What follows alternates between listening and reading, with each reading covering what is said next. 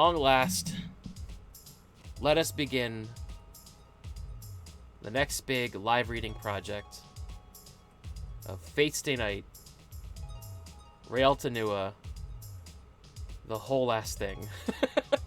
Alrighty, here we go. Type Moon presents.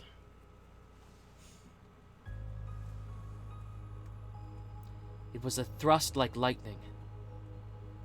A spearhead thrust to pierce my heart. Trying to dodge it would be useless. Being lightning, it's invisible to the human eye. But the lightning that tries to pierce me is repelled by the moonlight that tries to save me. Clang. A beautiful sound. No, the sound before me is heavier than steel. The armor she's wearing is not beautiful at all, and as unrefined as the cold night. The sound wasn't beautiful at all. It was actually the sound of steel. It's just that the night is beautiful enough to turn it into a charming sound like a bell. I ask of you, are you my master? She asks in a voice that lights up the darkness.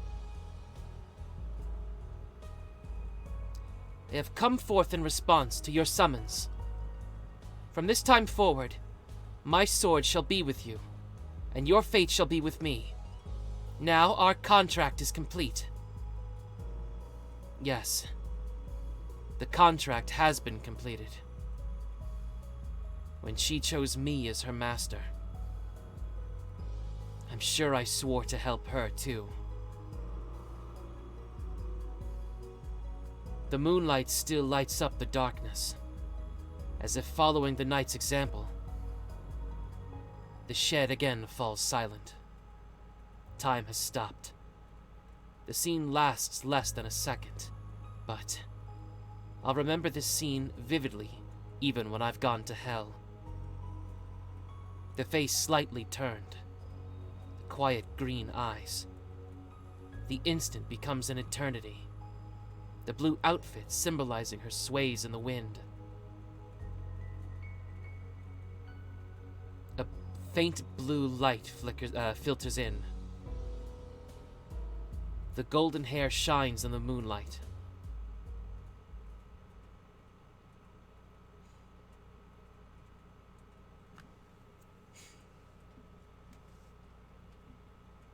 Fate.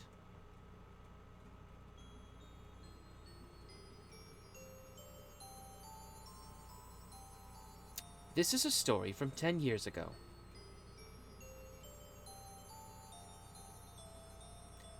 I'm watching someone I know very well. A tall man with a deep-featured face, who, to my knowledge, has never told a joke, is patting my head. No, that's not quite right. I guess he doesn't know how much strength to use. So to be more accurate, he's grabbing my head and mashing it around. I guess that's only to be expected. After all, that's the first time he's ever patted my head. I'll have to get going now. You know what to do, right? I answer the deep voice with a polite yes. The man patting my head nods once, lets go, and stands up. So, that was it. Hey, Tree, what's up? If I'd known then, that was our final moment together, I would have made him laugh with my best jokes. I'd practiced telling jokes a lot, and hoped that I could bring a smile to his gray face. I guess you could say I was sad that I couldn't tell him any of them. Put the association in your debt by the time you mature. I'll let you decide what to do after that. You should be able to take care of it yourself. Even though he said such things, I guess he was still worried. He told me about the heirloom jewels, the jewels inherited from the master, and how to manage the basement. I'm doing alright, Tree. As he was telling me all the things I didn't know yet, I realized, even as a child, that most likely he wouldn't be coming back. A war had started. Not a war between countries, but a war between people. But the only ones at war were 7 people. In a situation like this, the word war should be unsuitable. But here, it's a different story, as the ones in conflict are magi. The 7 magi, each from a different faction, had started to compete for unknown reasons, and killed each other in unknown ways. The man standing before me was one of them. He too was in a position to kill or be killed. He must have known more likely than I that his time was near, or more keenly than I. Rin, the Holy Grail will appear eventually. It is our duty as the Tosaka family to win it. More importantly, if you want to be a magus, you can't avoid it. Once more, he patted my head and left. Oh, thanks for the follow. That was the end. That was the last time I saw the man who entered the Holy Grail War as a master and died. The man who was my teacher, as well as my father. Take care, Father. I see him off politely. I knew I was on the verge of crying, but I shed no tears. I loved him. He was a great father and a great magus. Among magi, there are only obstinate people. In the whole world, I don't think anyone had a better character than his. He taught me as a teacher, and loved me as a father. That's why I decided to choose my path according to what he left me in the end. Rin, the Holy Grail will appear eventually. It is our duty as the Tosaka family to win it. More importantly, if you want to be a magus, you can't avoid it. In the end, he left me with those words as a magus, and not as a father. That's why, at that moment, my path was determined. All right, I'll do my best to be a proper magus. It's only natural for a student to follow the words of their teacher. Since then, through many twists and turns, I, Tosaka Rin, have matured. It's been 10 years since the winter day on which my father went to war. I haven't exactly been waiting for this moment, but I am excited. That's only natural. The event I've never forgotten about is about to start.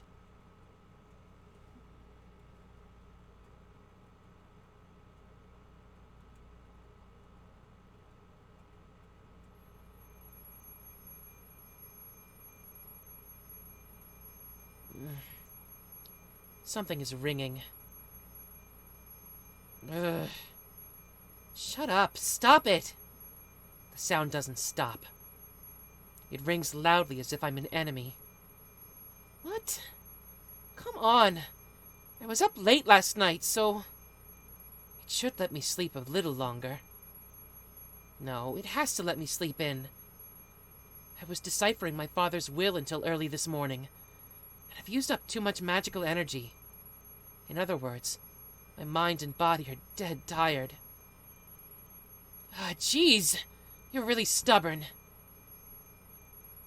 The alarm clock doesn't speak my language. So why does the ringing sound like it's telling me you're going to be late? Late. Being late is bad. Though that depends on the situation. I'm a good student, But maybe I can get to school at the last moment just for today. That's right.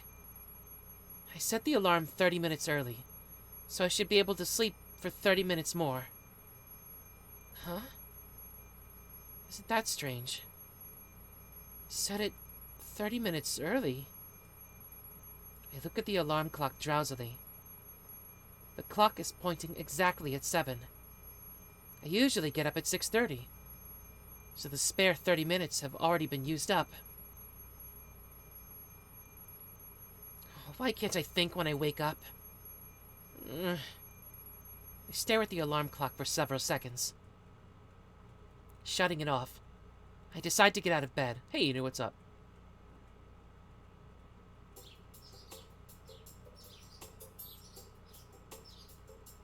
Passing through the cold hallway, I enter the cold living room. It's 7 o'clock on the last day of January. Fuyuki City is usually pretty warm in the winter, but this morning it's as cold as any other city. I can even see my breath indoors, and on top of that, there's no one else in the house to warm it up. Heater. Heater. Turning on the heater, I head to the bathroom. At times like this, living on your own is inconvenient. If there was someone to wake up before me, the living room would be warm by now. I wash my face in the sink. I brush my long hair and get ready. Yeah, I had to redo it. A cold morning, a cold sink. The only advantage is that the cold water clears your sleepiness completely. I tie my ribbon and I'm all ready. All I have to do is eat breakfast and head out. Looking at the clock, it's only a bit past 7, and I'm a bit disappointed. Man, I guess I don't have to run after all.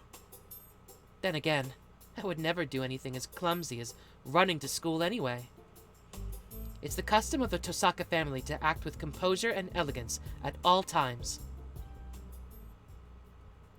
Taking a custom like that seriously must mean that my family originated from a very high-class background indeed. Owning this old Western-styled mansion is proof of that, and on top of it, the Tosaka family is a bloodline of sorcerers able to use the power of magic.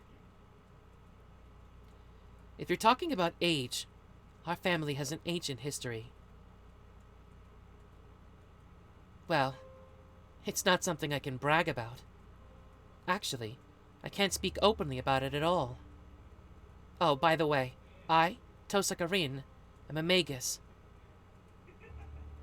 Who on earth can I brag to like that? Magic is just what it sounds like. Magic.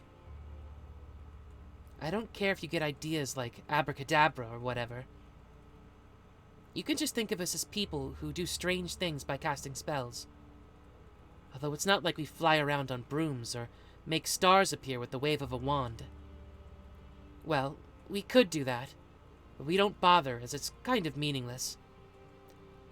We're basically heretics who hide ourselves from the world.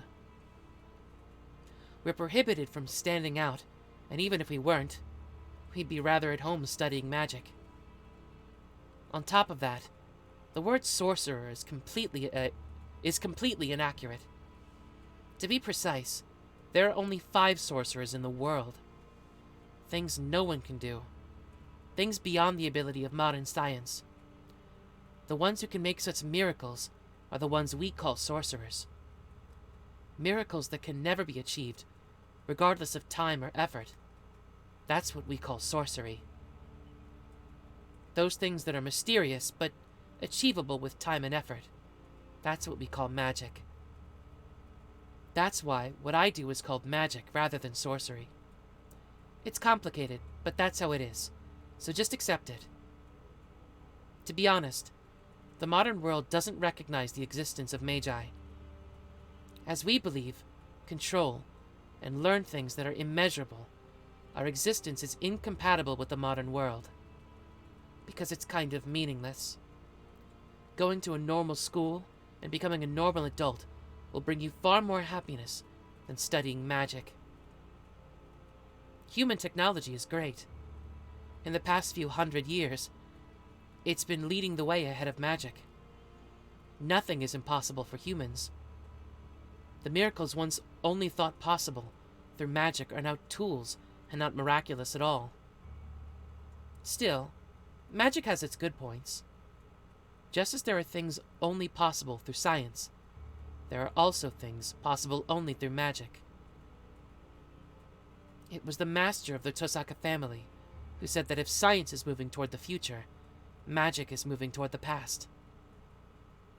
Something about the past and the future ending up in the same place. Everything always running toward the 0 point. Let's put off all these difficult discussions. They should wait until we're old. Finishing breakfast, I grab my bag.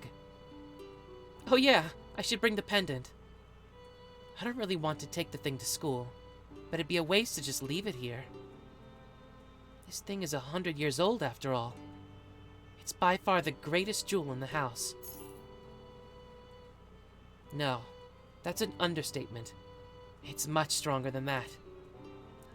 I found this thing after decoding Father's will last night. It contains the equivalent of 10 years of my magical energy.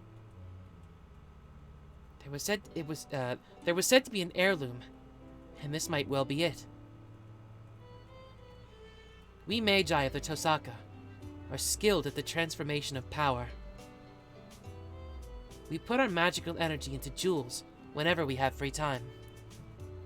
To put it simply, the jewels are bullets, and we are the gun.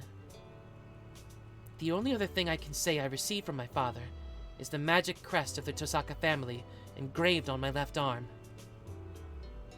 In essence, this is the proof of the successor, and it's like a tattoo that condenses all the inherited magic of the Tosaka family. It hasn't started yet, but I guess it couldn't hurt to be careful. I put the pendant, which can now be said to be my father's memento, into my pocket. This is the last resort.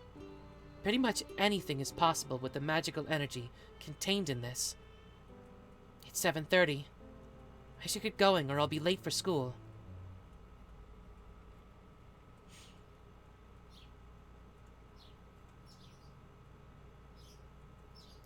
Stiebung verhafen drei.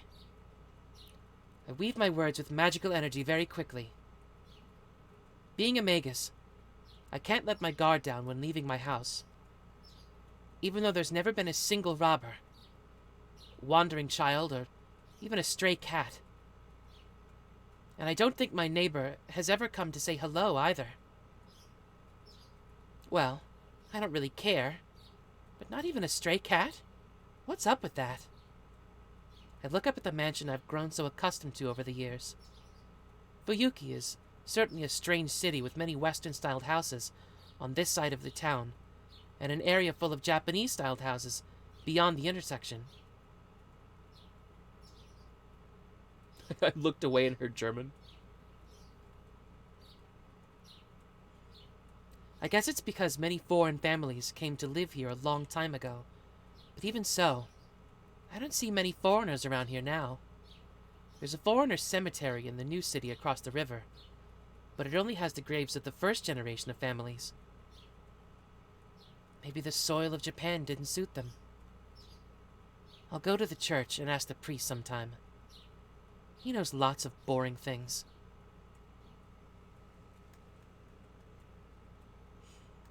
Huh? Stepping outside, I feel a certain incongruity. What's up? It's quieter than usual. It's especially quiet with no sense of the morning's noisiness. It's 7:30. The street should be filled with students going to school and people going to work. Well, I guess there are days like this. Perhaps everyone has slept in today. It's unusually cold, so I bet everyone's still wrapped up in their warm beds.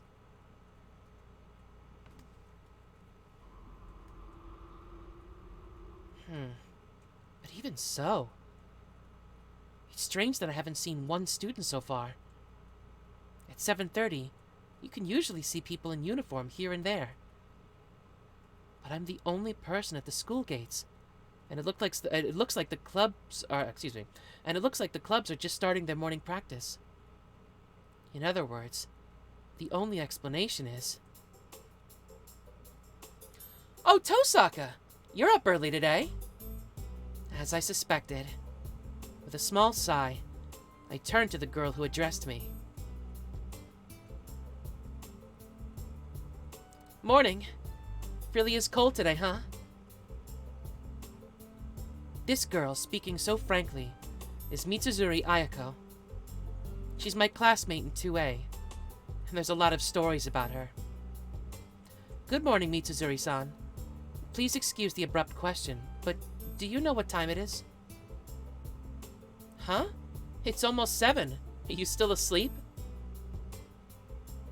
She waves her hand in front of me, wondering if I'm alright. She's one of the few friends who knows I'm not a morning person. In other words, she thinks I'm not fully awake yet. I guess the clocks at my house were an hour fast. All of them. Not just my alarm clock, but the wall clocks as well. Really, just what's going on here? Did Father arrange for all the clocks to go mad when the pendant was removed from the basement? Tosaka? Don't worry, it's nothing. Anyways, are you off to morning practice as usual? Yeah, the archery club has lots of problem students, and one good member quit. So I have to go get them. To look good to attract the new freshmen in April. I see. There's always something to worry about, isn't there? You can say that since it's none of your concern. Oh, do you want to come? The guys will love it if you come and watch. Archery club, huh? I have 3 acquaintances in the archery club. One is Ayako, the person before me now, and the other 2 are people I barely talk to. And for one of those 2, the word acquaintance doesn't really suffice. I became friends with Ayako because I had been watching the archery club from afar. Alright, I'll go if all I have to do is watch. I've nothing else to do this early anyways. Great, let's go right now then.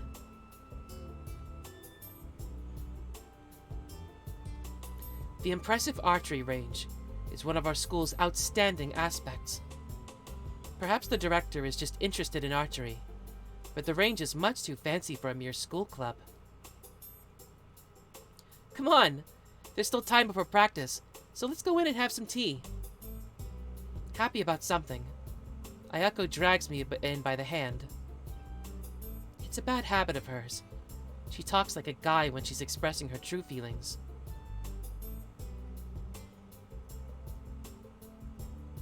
As Ayako said, there's no one in here. While sipping hot tea, we prepare for today's class.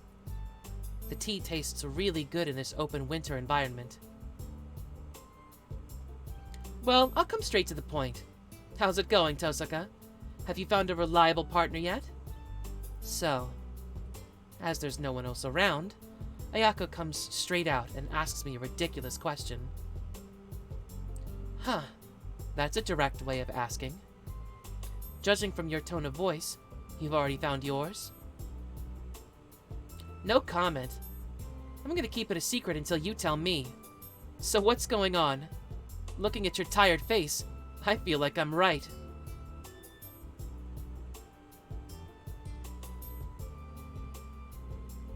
Another no comment.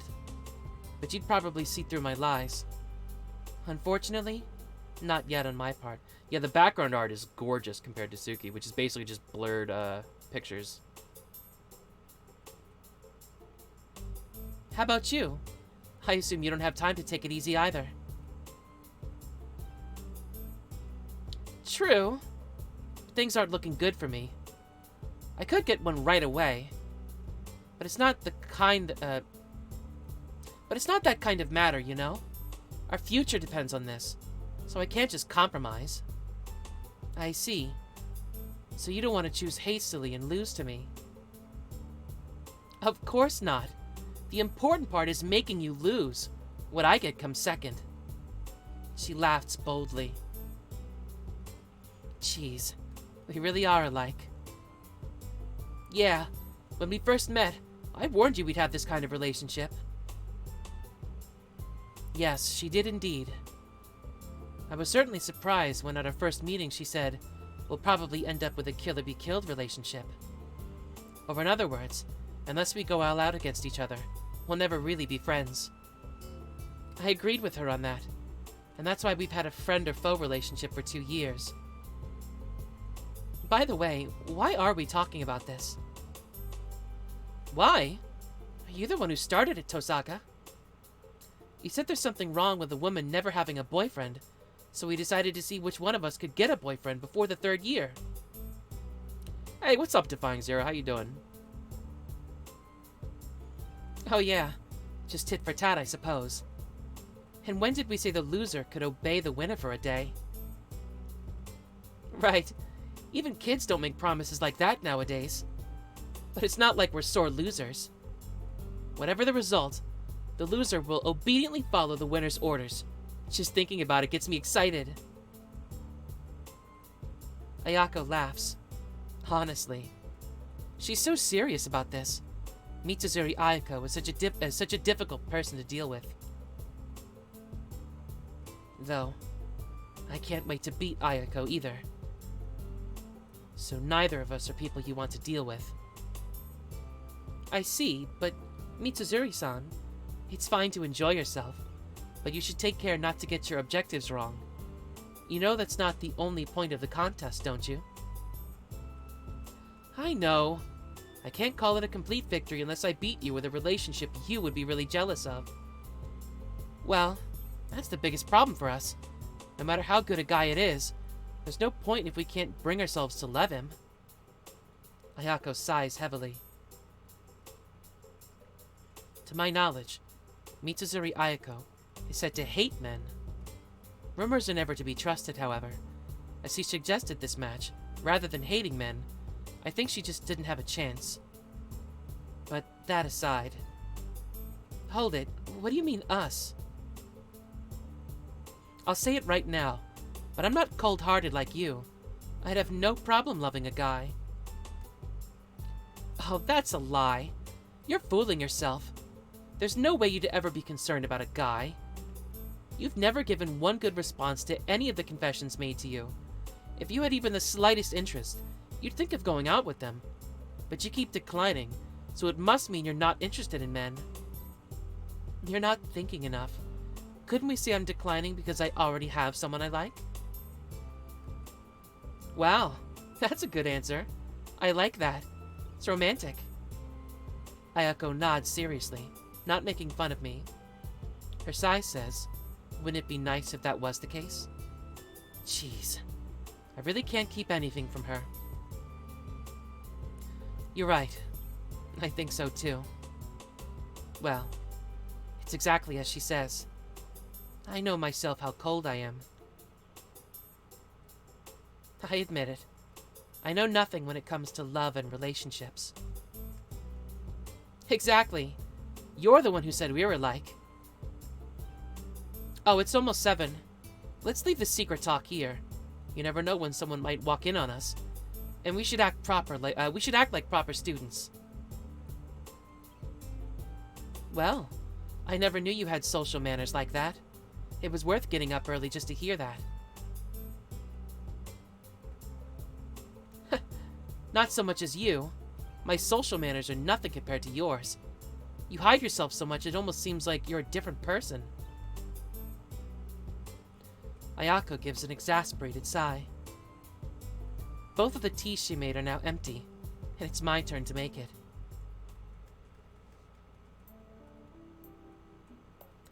So why don't you join a club, Tosaka? I won't listen to any lies about not having the athletic ability. I'm still bitter that I lost you in all aspects in last year's physical testing. Oh? But you beat me in lung capacity, and also in weight.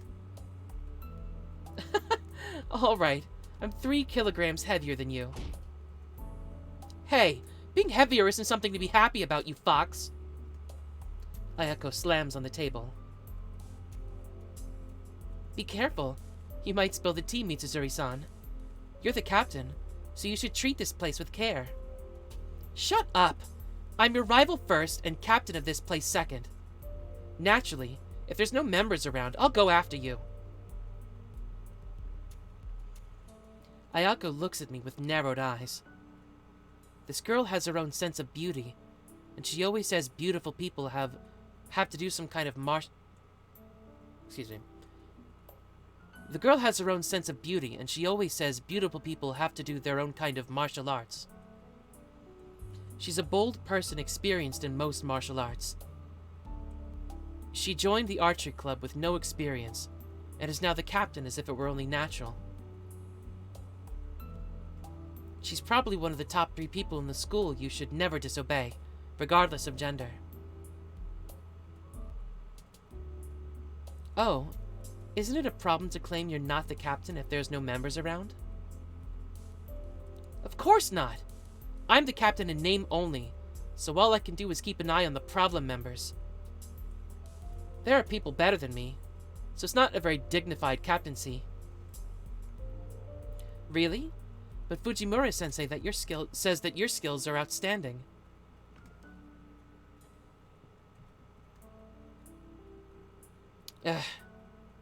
Well, if she says so, it gives me some confidence.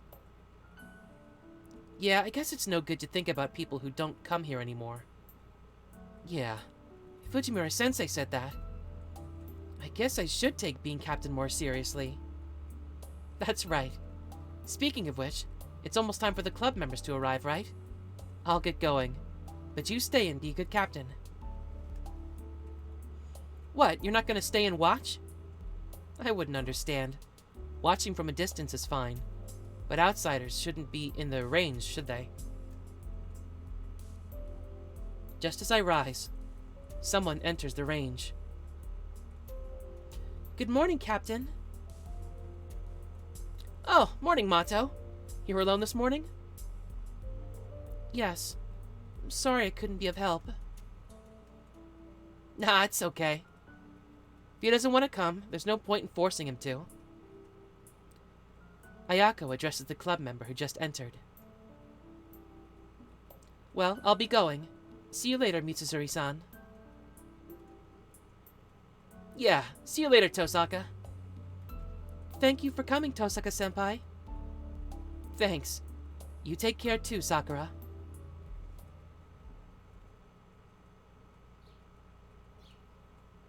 I leave the range, trying not to interrupt them. Ah, Tosaka. Good morning. I'm lucky to see you so early. Bad luck. I've run into someone I don't want to see.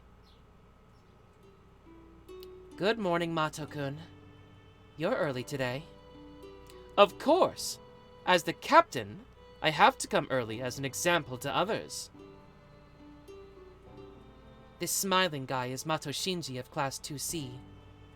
He's the vice captain of the archery club, and the owner of the hearts of half the girls in the school. Kind of an idol, good-looking, good grades, sociable, and kind to girls. I'm not too well informed in such areas, so I've only heard all this from my classmates. Really? I'm sorry to interrupt your good mood, but you're missing a word, Mato-kun. It's an important word, so I don't think you should forget it. What do you mean, missing a word? You're missing the vice part, vice captain. You should watch out. It makes no difference whether you're the captain or the vice captain, but if you put a lot of weight on it, people might think you're concerned about it, right? You're right. I'll be careful from now on. Thank you, Tosaka. I've done nothing to earn your thanks, but I guess it doesn't matter if you think otherwise. Bidding him goodbye, I leave the range. Hold on. You came here to watch, right? Then you should stay and watch. You're very welcome here. I'd rather not. I don't want to interrupt the practice. Don't worry about that. If anyone's bothering you, I'll just kick them out. So come in for a while. I'm saying I don't want to be a bother. Besides, it's not like I'm interested in archery. I don't like watching people I don't know practicing. What? You didn't have any interest in archery? Oh. So that's why you were watching us after school. I don't know what he thinks the reason was, but he's undoubtedly making a big misunderstanding. Oh, so you knew Mato-kun? Yeah, our eyes met many times, yours and mine. After I shot, you would always be looking at me, right? I wanted to call out to you, but it's the rules, you know. We can't raise our voice on the range. As if happy about something, Shinji moves in closer to me. His smiling face, his smile carries a sense of superiority. I'm like reading the chat and the thing at the same time. His smiling, punchable face. I guess I misunderstood. I thought you liked archery. But you actually have no interest in it, right? So, why were you watching the range? Oh, I see now. Yes, the conversation could certainly have been taken that way. Can you move away, Mato-kun? I really don't like people coming close to me. Tosaka, what? Honestly, it seems like you still don't understand. It's not my style, but I'll put it in terms you can understand. Mato-kun, I'm saying that I have even less interest in you than in archery. Frankly, I never even knew you were in the range, and I'm not about to start looking out for you either. What? As if I've angered him, he reaches out for me violently. I easily avoid it and turn my back on him. Goodbye, Mato-kun. It's good to have some ego, but you shouldn't let it grow too large. Tosaka, you... He sounds like he wants to say more, but it doesn't seem like he's going to scream or come after me. Jeez, he really is all show. If he was just a little more mature, he wouldn't be so much trouble for the people around him.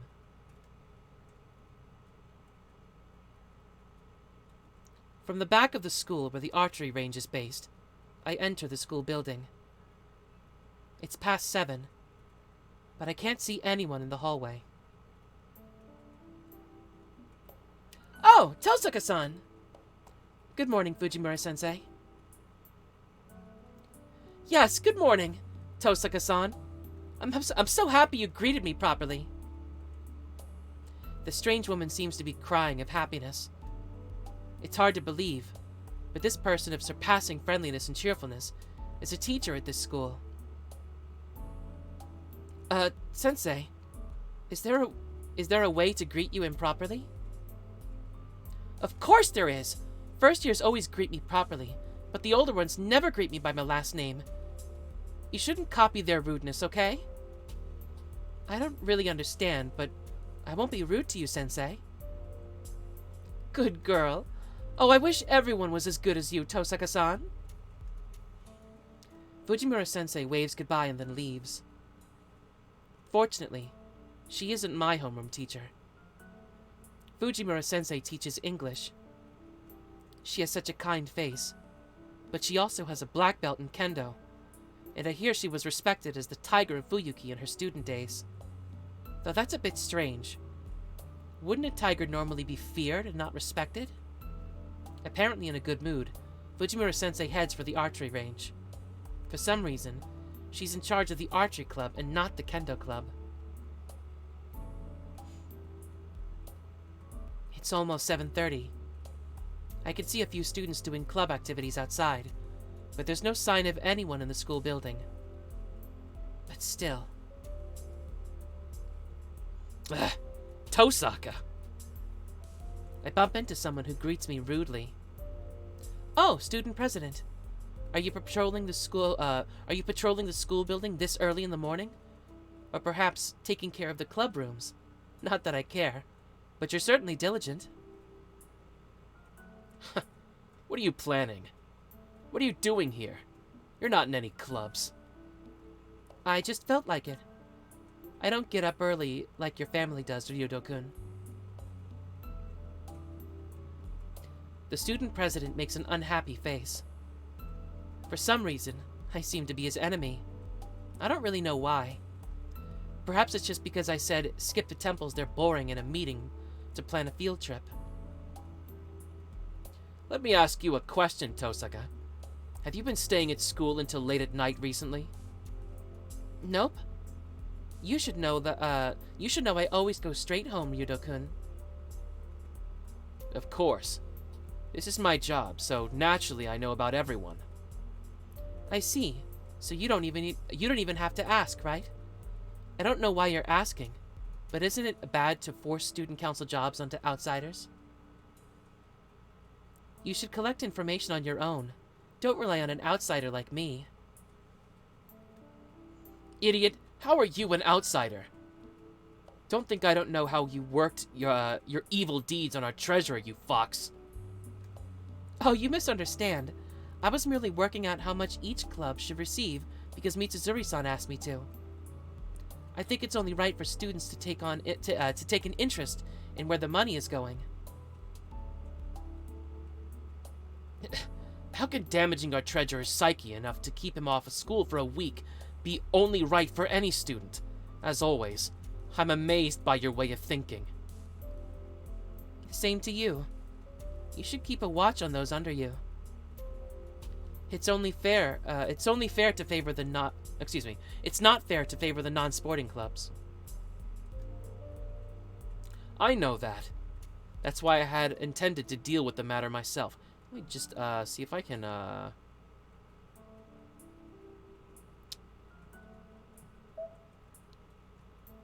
display speed. Okay. There we go. It's just going a little too fast for me.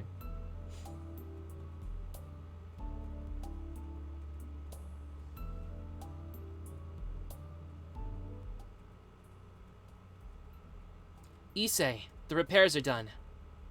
And then, a guy appears who I didn't expect to find here. Oh, sorry, Emiya. I'm the one who asked for help, but it seems like you're doing all the work. Forgive me.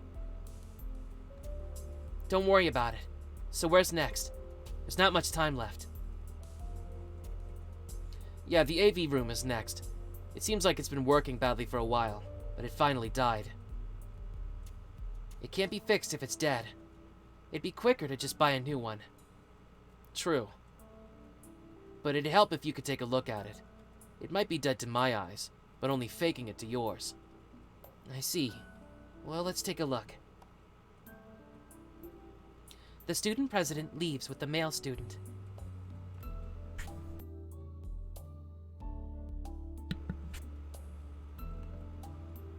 My thoughts have stopped at this sudden event. The guy with wrenches and spanners in hands turns back as if remembering something. You're up early, Tosaka. And with that, he leaves. Was that supposed to be a greeting? The student whom the president called Emiya leaves quickly. Emiya.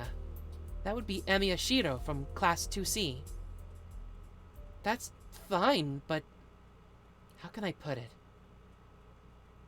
I just think it's hard to tell whether a guy who looks at home holding a wrench is useful or scary.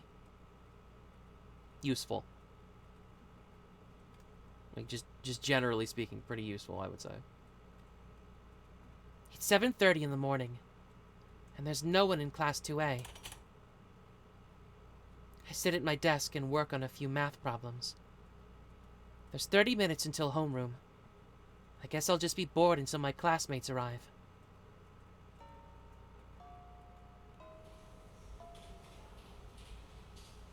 Fourth period ends, and the noisy lunch break begins.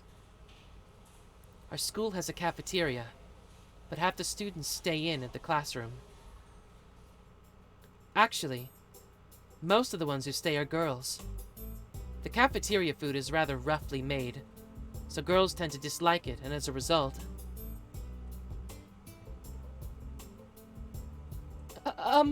Tosaka-san, would you like to have lunch with us? Girls end up eating lunch together like this.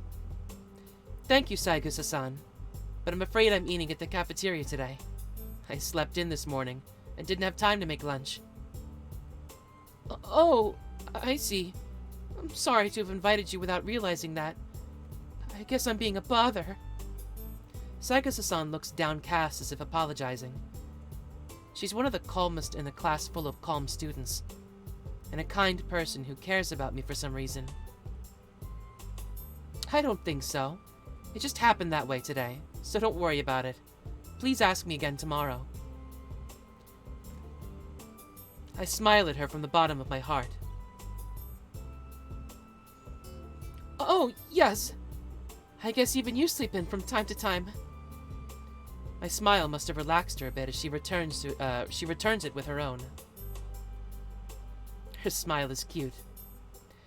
Saigusa Yukika-san isn't the most beautiful person, but her smile warms the heart of everyone around her.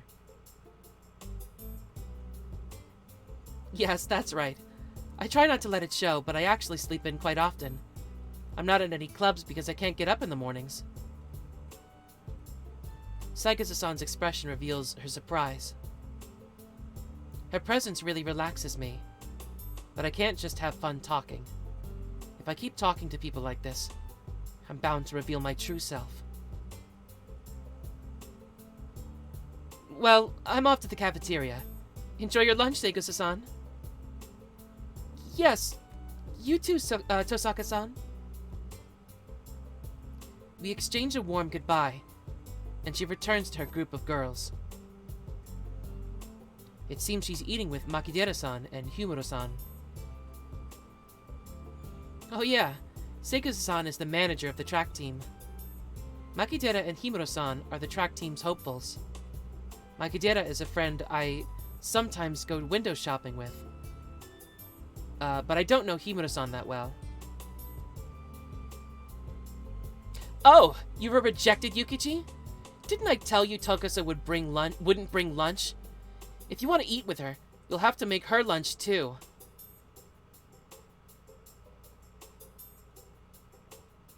Maki, can't we just go to the cafeteria too then?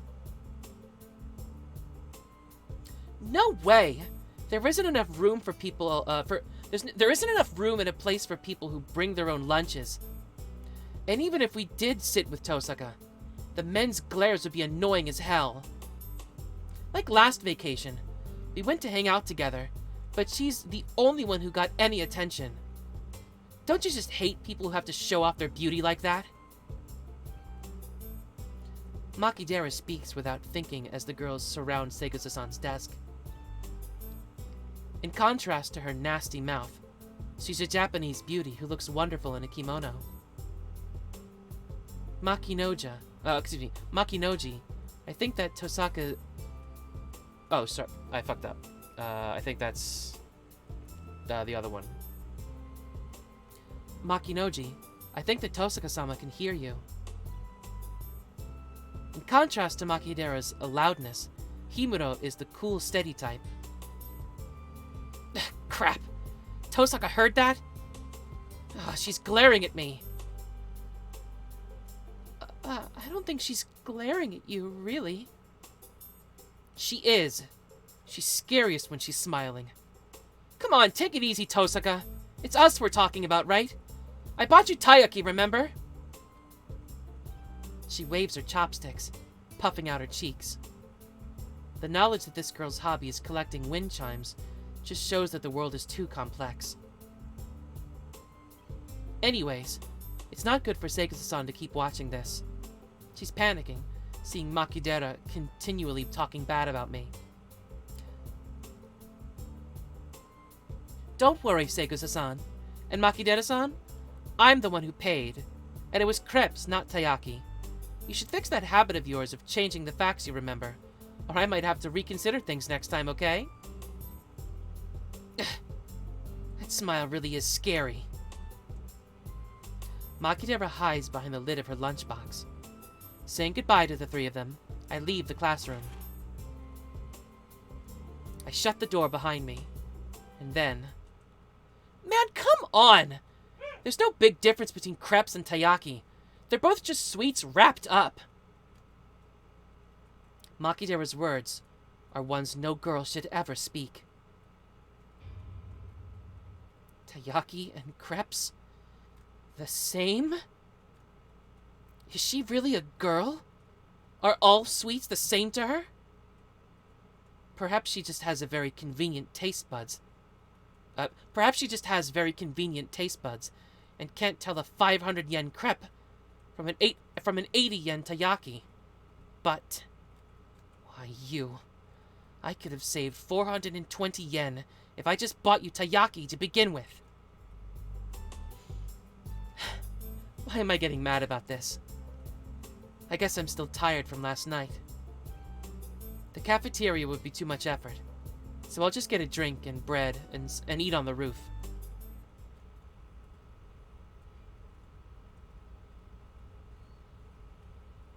I buy lunch and head for the empty rooftop.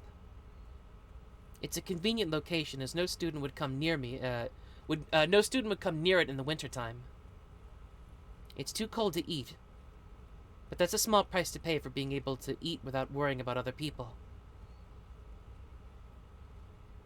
Well, lunch comes first.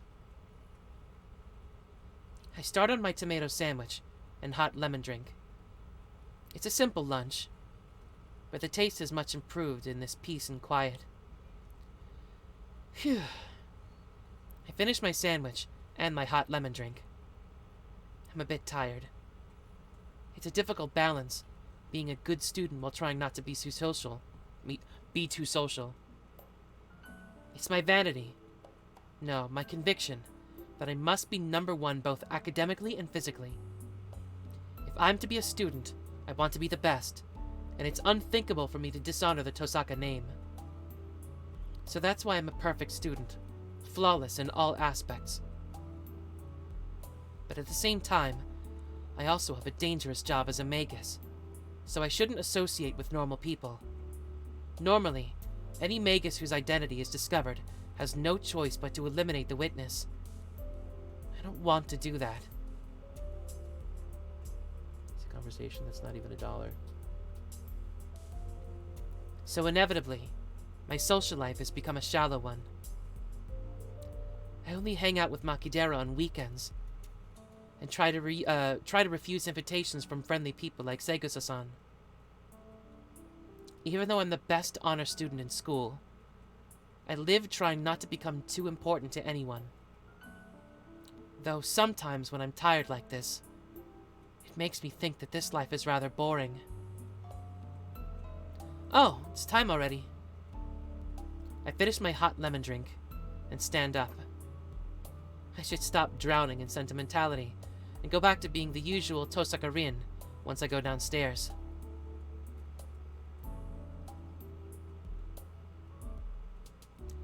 Homeroom is at an end. Those of you on day duty, finish the daily report and check the locks. Those of you without club activities are to go home quickly. 2A's homeroom teacher exits after repeating his usual line. As far as I know, this line hasn't changed all year. Tosaka, you're going home already? Yes. There was an event with Mato-kun this morning, so I'm heading home before it becomes a bother. I thought so. Mato was in a bad mood this morning, so I thought you must have given him a hard time. I see. Did I cause you any trouble, Mitsuzuri-san? Not at all. It's normal for Mato to torment the younger students, and I think that kind of thing will be good mental training for them. I see, that's good. Well, I'll make up for it some other time. All right. Don't be put off by it and come by again.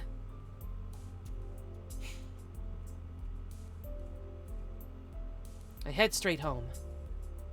Once I leave school, Tosaka Rin is no longer a student. The rest of the day is not for myself as a student. Instead, I must become a magus of the Tosaka family.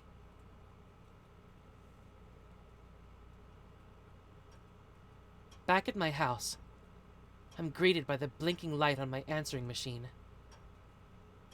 It's unusual for me to get any messages. It was just as I thought. It's you, Kirei. I already know what he's going to say, but he'll be scary later if I don't listen. When I press the play button, I hear a familiar voice. It's me. I'm sure you know, but tomorrow is the deadline, Reen. It's a problem for me if you take it easy. There are only 2 remaining seats. I must ensure all the masters are arranged quickly. This priest shows no mercy as he gets right to the point. If you wish to abandon your right to become a master, contact me today. It takes some time to dispatch a substitute magus. Liar. Someone like you would be able to arrange a substitute in no time. You already show signs of the command spell. Quickly, summon your servant and open the command spell. Unless, of course, you're not planning to be a part of this Holy Grail War. If you value your life, you should run to the church quickly. The message ends there. His words are concise. He's telling me that if I'm to fight, I should get ready by today. And if I'm not going to fight, I'm an eyesore and should just retire quickly. You don't have to tell me that. Well, it can't be helped. Today is as late as the deadline can be extended. Fortunately, I was able to decode Father's will last night. My preparations are ready. All that remains is, yes, obtaining the qualification to enter this fight. The Holy Grail War. A fight to the death for the one and only Holy Grail. A ritual of the Holy Grail passed down for hundreds of years, huh? The Magi who participate in the Holy Grail War are called Masters. This is not so much a rank, rather it indicates one who is in control. The requirement to enter the Holy Grail War. That is to summon a familiar called a servant, and to form a contract with it. No matter how great a magus a person is, one is not considered a master until he has summoned a servant under him. Servants are beings very different from normal familiars. The methods of summoning and controlling them are different as well. A magus planning to enter the Holy Grail War usually prepares a catalyst to summon one, but really, I wish Father could have left me something with a connection to Saber. I don't have anything with any connection. I can summon a servant. If I wanted to, I could summon one right now and form a contract with it. The town's sacred ground under our jurisdiction. The town's sacred ground is under our jurisdiction. As the daughter of the Tosaka family, which has protected this town throughout the generations, I will not lose to Magi from elsewhere. That said, I guess you can't go out to sea without a compass. Or perhaps I should say things are completely unplanned. Servants are attracted to symbols. If you want to summon a strong servant, you need something that has a connection to that servant. In other words, a sword, armor, talisman, bone of that servant, or something like that. Something valuable beyond belief. I was hoping there'd be something like that in Father's will, but no. This is a great trump card too, but still. The pendant I found last night in the basement is one of the best artifacts in its class. It's great in its own way. It's great, but it won't help me summon my servant. Ugh, it's fine. I could do it without help from that sort of thing. After all, There can't exist any masters capable of handling Saber other than myself. Alright. I've decided. I don't want to make Kirei complain any more by postponing it any longer. And it's not like me to wait till the last second. It'll come down to just trying it. I'll face the summoning tonight with full power and obtain Saber by force.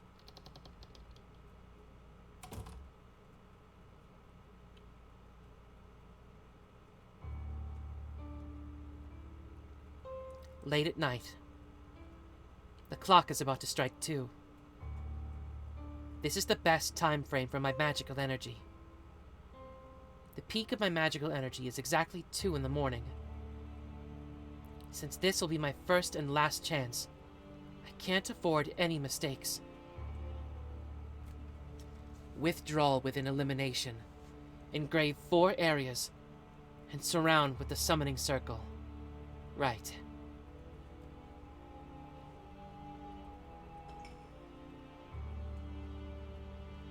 I engrave the circle onto the floor of the basement.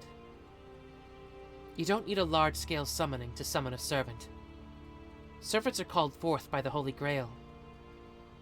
As the Master's priority is to keep the servant in this world, and to supply them with enough magical energy to substantiate, the Holy Grail takes care of the summoning.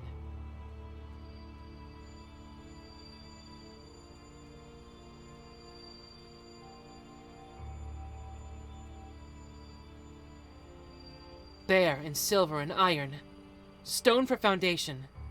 I'm a Grand Duke of contracts. My great master Shrenorg, for the ancestor. A wall for the descending winds. The 4 gates shall close, and come out to the crown. Let the 3-forked road to the kingdom cycle. Still, I continue with the greatest concentration. I draw the magic circle, normally written in blood, with my melted jewels. I'm using half the jewels I've saved up, so I can't fail for financial reasons too. Enclose, enclose, enclose, enclose, enclose. 5 times for each repetition. Just destroy the enclosed time.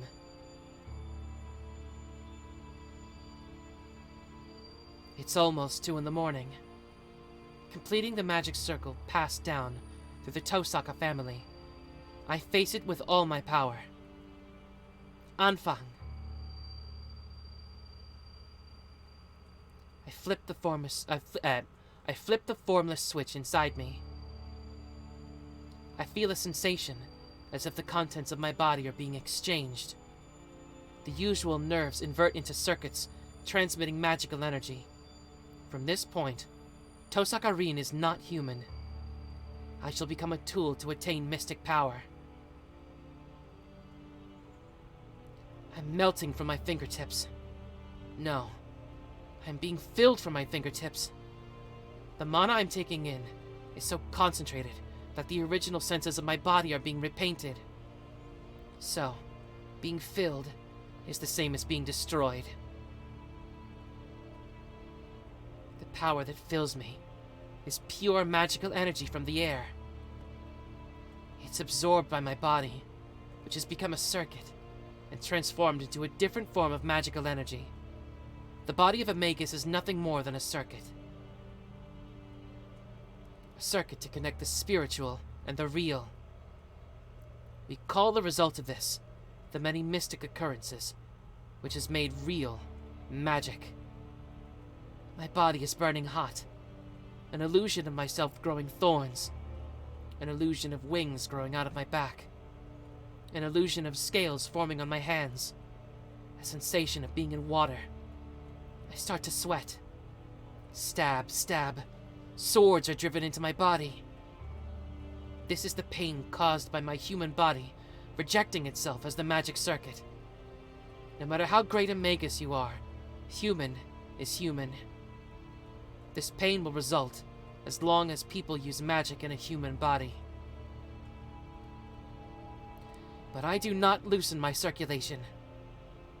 At the end of this pain, On the verge of elimination lies the place of connection. A pain running through my left arm. The magic crest starts up on its own to help me, and as a result, violates my nerves even more. The harvested mana in my blood. If that is burning iron, then the magic crest itself is like a nerve made of thorns. It runs through my body like a centipede with fangs. I lose myself within that pain, and at the same time, I feel that I've reached my goal. My overly sensitive hearing keeps recognizing the sound of the clock in the living room. 10 more seconds until 2 in the morning. The power within me is perfect and flawless. I announce! Let's start. I take the mana I've absorbed and turn it into fixed magical energy. And now, I have only to empty out the mana within me to move the engine called the Summoning Circle. I announce! Thy body shall be under my command. My fate shall be determined by thy sword. Follow the call of the Holy Grail. If thou wouldst obey this mind and this reason, then answer my call.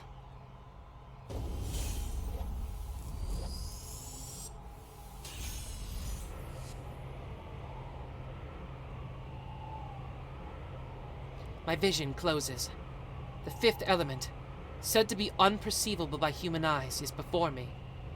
So, in fear of being broken by it, my vision shuts down. Make an oath here. I am the one who should become the virtue of all the afterworld. I am the one who shall lay out the evil of all afterworld. Thou art 7 heavens clad in the 3 great words. Emerge from the ring of control, guardian of balance.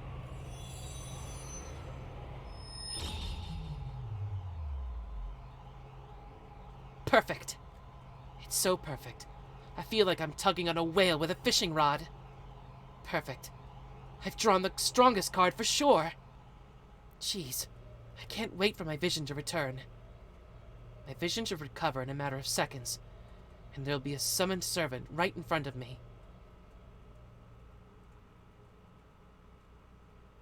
Nothing. Huh? Nothing is nothing. There's no change. I've raged out that much ether, and nothing is formed. And on top of that, I hear an explosion from the living room. Why? I run. I keep running without thinking. I run up to the basement stairs and into the living room. The door's broken? The living room door is crooked. There's no point in turning the handle. The door doesn't open, even as I push and pull it. Jeez, you're in my way! With a crash, I kick through the door into the living room. And the instant I walk into the living room, I understand everything.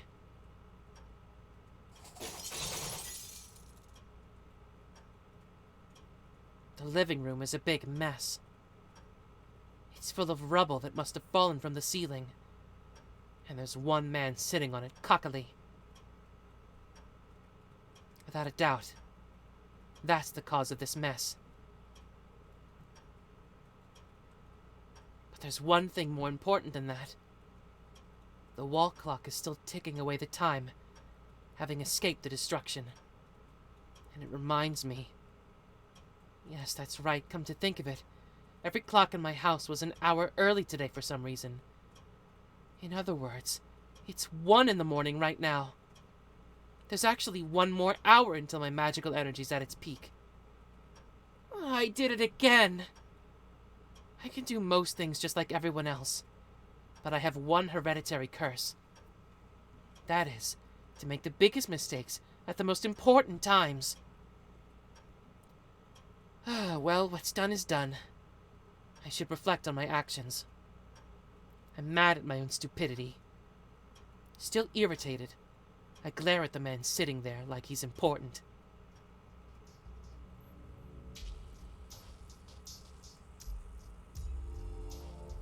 So, what are you? Those are your first words? I guess I've been called to a terrible master.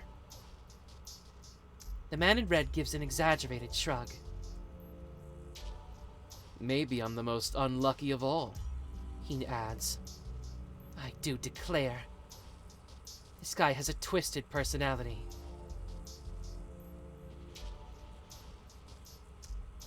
But this would be a servant. Since they call it a familiar, I thought it was something shapeless, but this is human-like. No, that's wrong. Just standing here, I can tell this thing has outrageous amounts of magical energy. Don't be fooled by its appearance. This is certainly an existence far beyond human. A ghost that has reached the level of spirits as a human. I can't be overwhelmed forever. That thing is mine. So I'll have to change my thinking from now on. Just to check, but you are my servant, right? That's what I'd like to ask. Are you my master? This is the first time I've been summoned so roughly, so to be honest, I still can't grasp the situation. This is the first time for me as well. I'll have to refuse that kind of question. I see. But when I was summoned, you were not in front of me. Explain to me what's going on. Really? Don't joke around and tell me you're like a newborn chick who can only determine your master when you open your eyes. The unknown servant frowns. It's a rather vague response, and I cannot tell if he's angry at my complaint or impressed by how correct I am. Well, anyway, what I'm asking is, you're my servant and not anyone else's, right? Until we clarify this, I've no obligations to answer any other questions. That's what you say after failing your summoning? In this case, I think there are other things you should say. There is nothing else. We have to clearly determine who's the master first. The servant raises his brow. Perhaps it was an imperfect summoning. This guy isn't even trying to hide his dissatisfaction with me. So we have to define who's the master, huh? Your actions are full of mistakes, but it seems your mouth is far better. Yes, I certainly agree with that opinion. Unless we make it clear who's the stronger and who's the weaker, it'll be hard to handle each other. The servant looks at me meaningfully as he lays on the rubble. Who's the weaker? Yeah, I'm a servant, so I'll accept this master-servant relationship. But that's only according to the contract, right? Who's superior, and if the other's worthy to fight alongside with, that's a different story. Well, are you a magus worthy to be my master, young lady? The servant grins. He smashes my house, and that attitude like he's king makes me angry enough. But now he asks me if I'm worthy to be a master? I'm not asking for your opinions. All I'm asking is if you're my servant or not. I stare straight at him. I will not lose to someone who looks down on me this frankly. I see. So you're saying such an obvious question isn't even worth answering? How courageous. Your spirit is that of a splendid master, but... I said, don't get the order wrong. It's the duty of the summoner to confirm first. Now answer me. You are my servant, right? I step forward, ready to attack depending on his answer. Jeez. You're a stubborn young lady. We're not getting anywhere this way. I guess it can't be helped. Let's say I am your servant. In that case, would you be my master? Just hypothetically. Of course. If You're my servant summoned by me. Who else would I be but your master? I somehow cool my boiling head and glare at this rude guy. Oh, I see. Well, let's suppose that's true. Then where's the proof that you're my master? The servant talks nonsense, grinning. He must think I'll panic about this proof of master thing. Here. This is proof that I'm your master, right?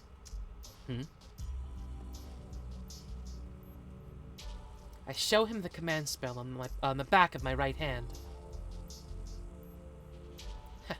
Don't think that I don't know anything. My father talked a lot about masters, so I know about the command spell. Are you satisfied? Are you still going to complain? I thrust before him the proof that I'm a master. The servant of the rubble looks confused, and then... Man, are you serious, young lady? His face clouds with discontent. What do you mean, am I serious?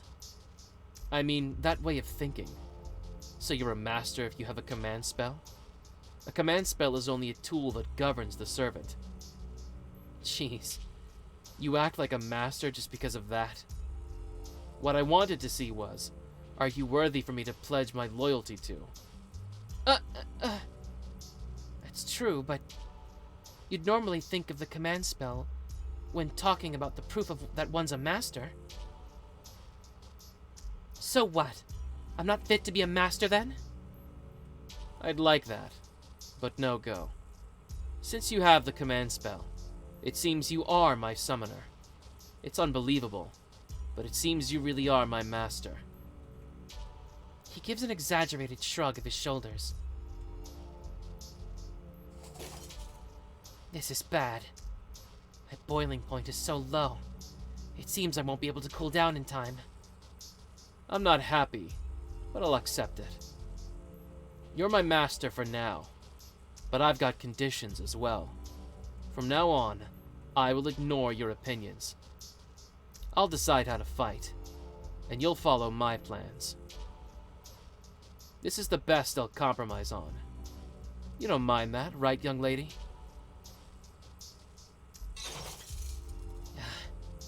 I think this is it, Father. I'm almost at my limit. I see. You accept unhappily. But what do you mean about ignoring my opinions? You're my servant, right? I ask him in a trembling voice just in case. There's the issue of the command spell, too. So this is my last warning. The biggest compromise I can make. And to that... Yeah, in name only. So formally I'll obey you. But I'm the one doing the fighting. You can hide in the basement here and stay there until the Holy Grail War ends. That way, even an inexperienced person like you should make it out alive.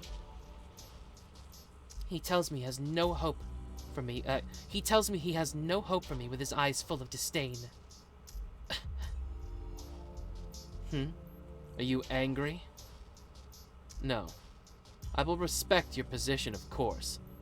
I'm called to help my master win, after all. My victory is yours, and I shall give you everything that I earn in this fight. You shouldn't have any complaints about that, right?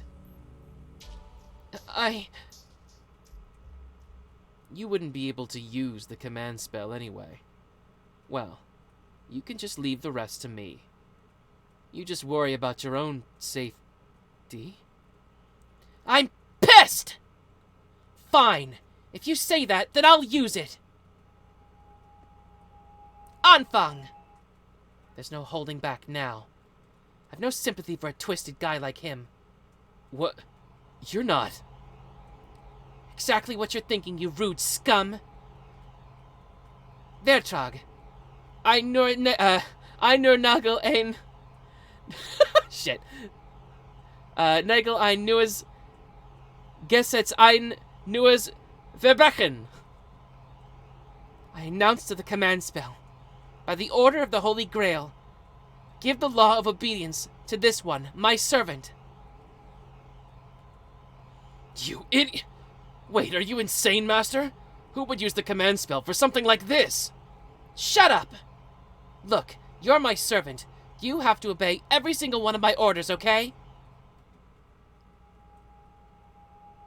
The symbol on my right hand throbs. The 3 command spells. The essence of the Holy Grail War. The 3 claims to the servant's unconditional obedience is now used. Are you not even thinking? Using a command spell for such a general thing. Huh. It's too late now. First of all, I wasn't expecting to use this either. I hate myself so much I want to die. To go ahead and use the important command spell for something like this.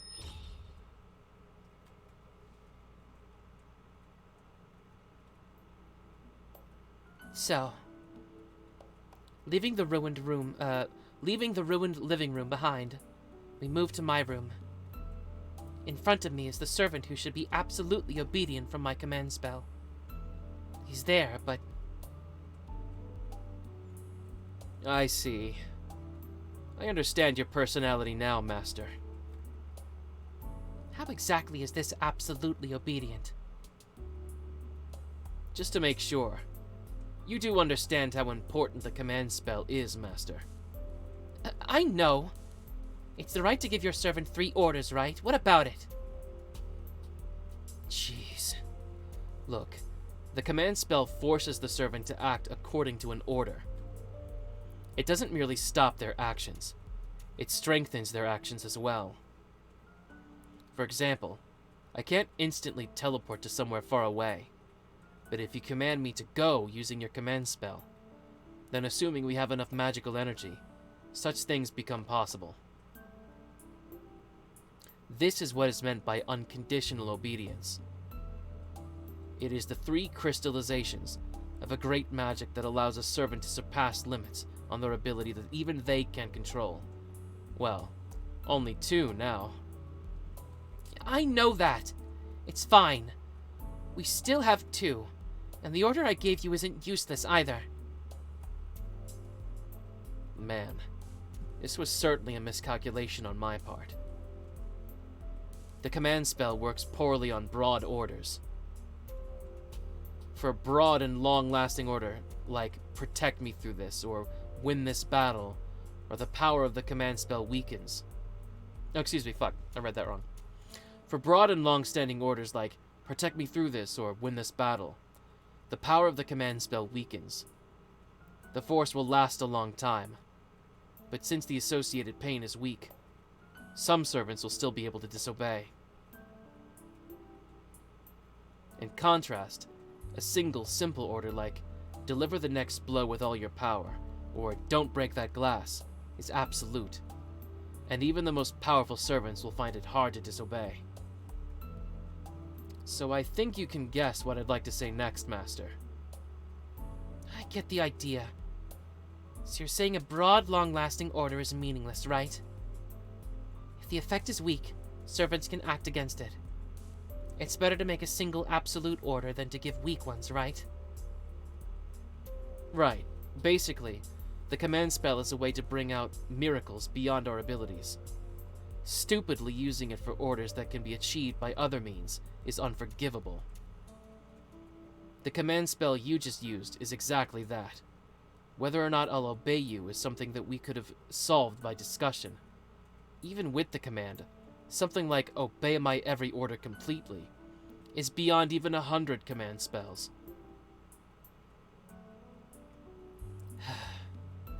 So the command spell I just used was meaningless? Normally, the answer would be yes. But it seems that your abilities as a magus are on a completely different level. Is he happy or unhappy? The servant has a smile on his face as he sighs. On a completely different level? You mean... Hey, tell me honestly your condition right now. I have a gut feeling, so I ask him boldly. Yeah, that's what I mean by miscalculation. That command spell should have only changed my attitude to, well, I'll respect Master's opinions slightly. But right now, I feel a strong bind from your words. If I disagree with you, let's see. It seems like I drop a rank. In other words, it's like my body feels heavy when I go against your will. The servant shrugs his shoulders, as if to say it's a pain. So, that means the command spell wasn't meaningless, and it worked in my favor. But this guy speaks as sarcastically as always, and it doesn't seem like he's any weaker at all. Though even if he is weakened, when going against me, I doubt even 10 of me could take him on. Let me take back what I said before, Master. You're young, but you're an outstanding magus. You're an outstanding magus. It was my mistake to patronize you and try to keep you out of the battle. I apologize for my rudeness. He adjusts his stance and bows his head politely. Hey, stop it. We argued a lot, but they say both sides are usually at fault for this sort of thing. I see. I'm glad you understand. You changed your tune quickly. Well, it was a miscalculation, but not an unwelcome one. If you're this talented, I've no objections to your involvement in this battle. Huh? He seems to be saying he's found a powerful master, so... So you accept me as a master, even without the command spell? Of course. I wasn't clear back then as I was just summoned. But we are completely connected now. If you're really a magus, you should be able to feel the connection from our contract. Contract? Now that he mentions it, my body does feel strange. It feels like the nerves, once closed within me, are now pointing outwards. And on top of that, part of my magical energy is flowing into the man in front of me. I see. Servants are called by the Holy Grail, but what keeps them in the world is... Right, the power of the Master.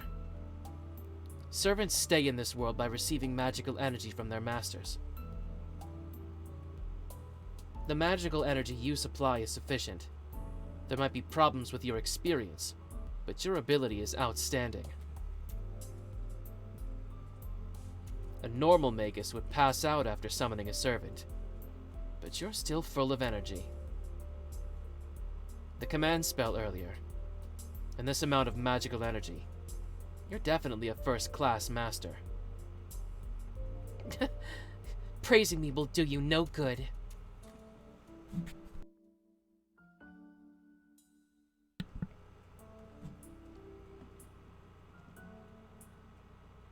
A bit embarrassed, I avert my gaze. I wasn't really expecting this. I'm forcing him to obey with the command spell. But for a servant, being a superior to humans, to honestly accept that I'm his master.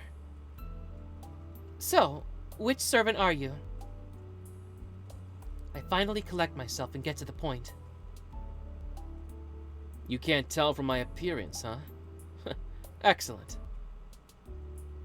No, I was just mistaken before. This guy certainly is making fun of me. Alright, this is a question from your master. You're not Saber, are you? I'm sorry, but I don't have a sword. As I suspected. This is natural, though. I mistook the time. The summoning circle didn't work. And I even summoned the servant to the wrong place. It was all too clumsy to call Saber the strongest servant. Oh, what a blunder. Using that many jewels and not calling Saber. It's too appalling to face. Well, I'm sorry I'm not Saber. Huh? Well, it was a big mistake and I regret it. But it's my fault, so... Yeah. Archer isn't too flashy, I know. Alright. I'll make you regret your abuse later on. and I won't accept any apologies when the time comes. Huh? This is unexpected. The unknown servant seems to be disappointed by my fixation on Saber. What? Did I get on your nerves, Archer? Yes, you did. Keep your eyes open, as I'll definitely show you how lucky you really are. Archer protests with narrow eyes. The air he carries is offensive, but his behavior seems childlike and pure. You know, he might be a pretty good guy. All right, then. Be sure you make me regret it later on, Archer. If you do, I'll honestly apologize. Yeah. And don't you forget it, Master. Know how great the one you summoned is, and be grateful. Though, even if you do apologize then, I probably won't be satisfied. Archer grins again. Huh. Maybe he does have a twisted personality after all. Well, fine. Leaving that aside, which heroic spirit are you? Archer doesn't answer. His sarcastic tone disappears, and he frowns seriously. Archer, your master is asking you a question. That's a secret. Huh? I can't answer the question of who I am, because... Hold on. If it's for a stupid reason, I'll be pissed. It's... Oh, that face again. Archer must be really troubled as he opens his mouth like he'd rather not say anything. It's because I don't know myself. Wait. What was that? What? Are you making fun of me? I didn't mean to insult you, Master. But this is what you get for a failed summoning. It seems my memory is confused. I know who I am, but things like my name and origin are a bit vague. Well, there are trivial things to be missing, so we shouldn't worry about it. Don't worry about it? Of course I'm worried about it. If I don't know which heroic spirit you are, I can't tell how strong you are. Huh, that's no problem. It's a trivial matter. Trivial, you say? How can I make a plan when I don't know how strong my partner is? There's no way we can fight like this.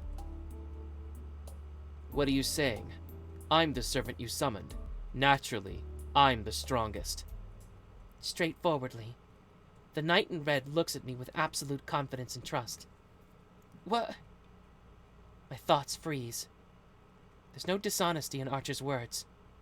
He thinks more highly of my power than I do, even though we've only just met. My face is burning. Ah, jeez, I'm definitely blushing. Why am I so weak against unexpected things? Well, fine. It'll make no difference that no one will know your true identity.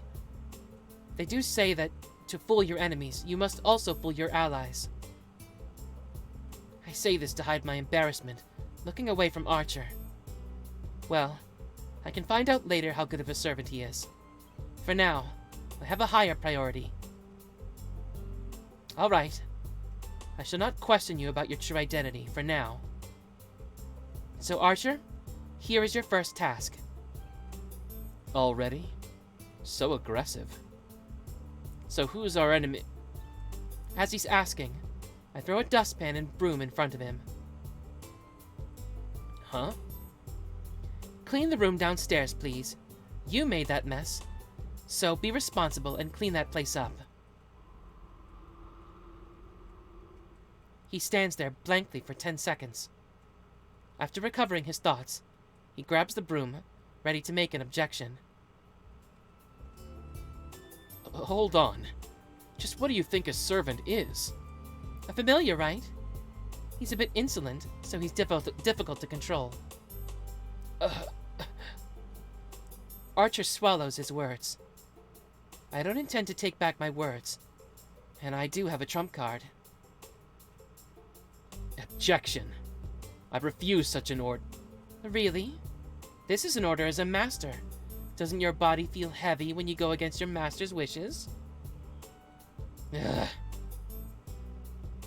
Well, I'm sure it's nothing to you, but the penalty would continue until you clean the living room.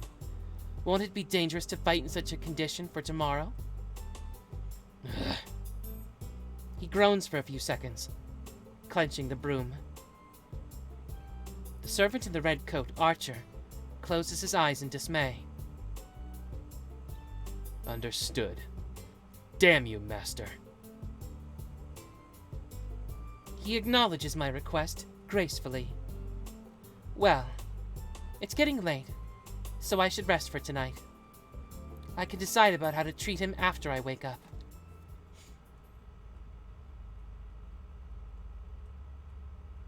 The day of fate comes to a close. No, this night is the start of fate. There are 6, including myself now. Once the last one summons a servant, the 7th one who's not yet a master, this Holy Grail War will commence.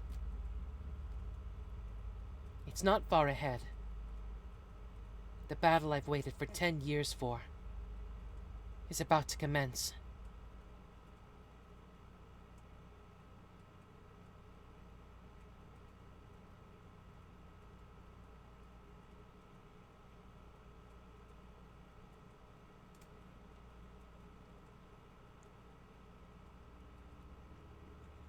The Holy Grail War.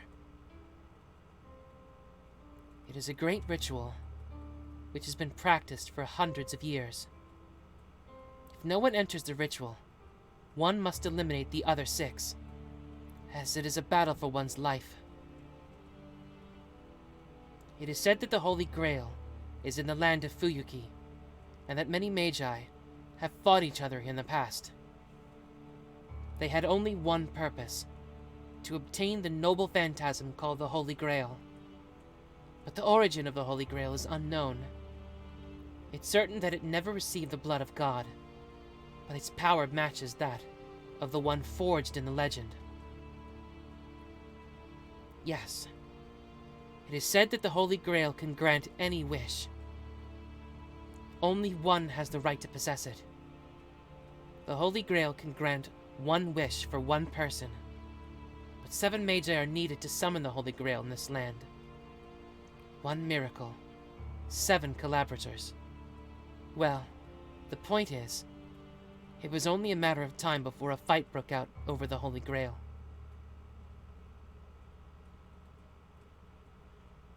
It began like an ordinary fight over resources.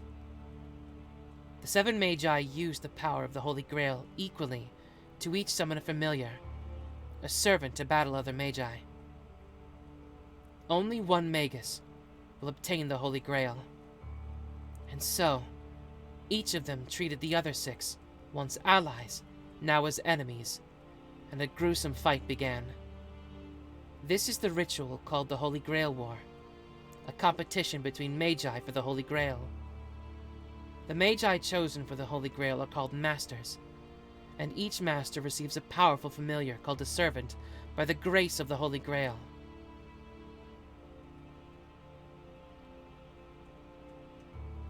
There are 2 proofs that one is a master: summoning a servant and making it obey, and obtaining the 3 command spells that can order the servant. The first goes without saying. Yesterday, no, a few hours ago to be exact, I summoned Archer to be my servant. That leaves only the second. I must protect to the end this command spell that binds the servant. For a master, this is probably the most important thing of all. The pattern inscribed on my right hand after summoning Archer. This is the command spell. This holy sign, granted by the Holy Grail, is the proof of a master who has summoned a servant. This mark, with concentrated magical energy, is an instantaneous thing, not an eternal one. It is consumed by use, and as the appearance suggests, It has only one use for each strike. In other words, only 3 times. A master who loses all 3 of their command spells will be unable to control their servant and face death.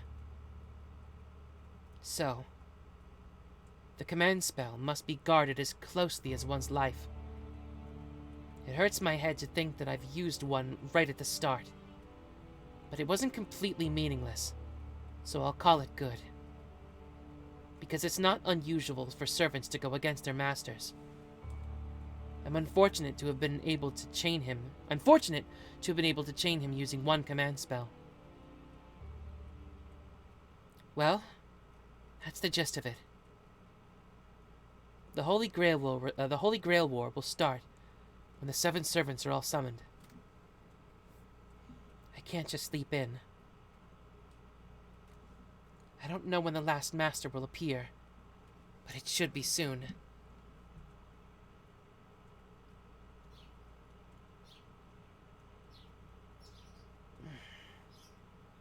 Morning already? So tired.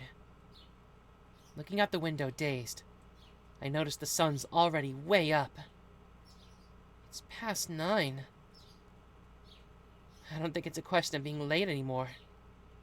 Glancing at the clock, I confirmed to myself that I'll be skipping school today. My body's so heavy. Feels like he's taken over half my body. I sit up in bed and take a deep breath. I'm not tired just because I'm not a morning person. Like Archer said, a master who's just summoned their servant cannot function satisfactorily. That's right. I summoned Archer, not Saber. I can remember clearly. Well, it's not something I want to remember. But even if I don't like it, there's no second chance. About a day until my magical energy returns, huh? Then I guess today will just be a test drive. I slowly climb out of bed. I fight a bit against the unseasonably warm air and my desire to stay wrapped up in my blanket. I knock out the desire to go back to sleep in the 3rd second of the match and check myself in the mirror. Nothing's obviously wrong, except for the fact that I only have about half the usual magic energy in my body. Everything's up to par. Well, there shouldn't be any problems. For now, I want to check the situation. The servant I summoned is Archer. He's a rude guy with no manners to spare for his summoner and master. And on top of that, he doesn't know who he is. I'm getting a headache already. I'll have to live without his noble phantasm until his memory returns. Well, there's no way he can use it if he doesn't remember it. Servants are powerful familiars on their own, but what makes them most powerful is the fact that they all have one powerful secret move. The problem is, Archer says he can't remember what it is. Whoops, wrong button.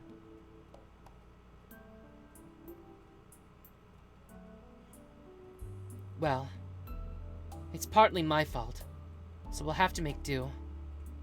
That's right. As this is how things ended up, we're both in the same boat. I hope he sorts out his memories soon, but with the way he's acting now, who knows when that'll be? Honestly. Looks like I've got a load of problems ahead.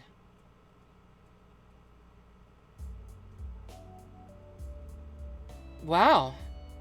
Maybe I should have a better opinion of him. The living room is just as the way it was. I only expected him to clear up the rubble, so I'm moved that he went this far. He must have felt bad about making such a mess of the living room, or he wouldn't have done this. I should call him admirable, or maybe just a nice guy.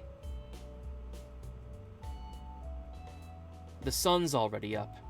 You're pretty loose. I take it back. This shameless attitude. He doesn't deserve any praise at all. Morning. You seem pretty relaxed. I see you've made yourself at home here. Well, it is the room I spent the night in. I've pretty much figured out where everything is. Oh, since I was cleaning anyway, I cleaned up the kitchen too. I was expecting more mess, but it was rather clean. It's quite impressive considering you live in a Western-style house by yourself. Getting a headache. Why is my servant checking my cleanliness?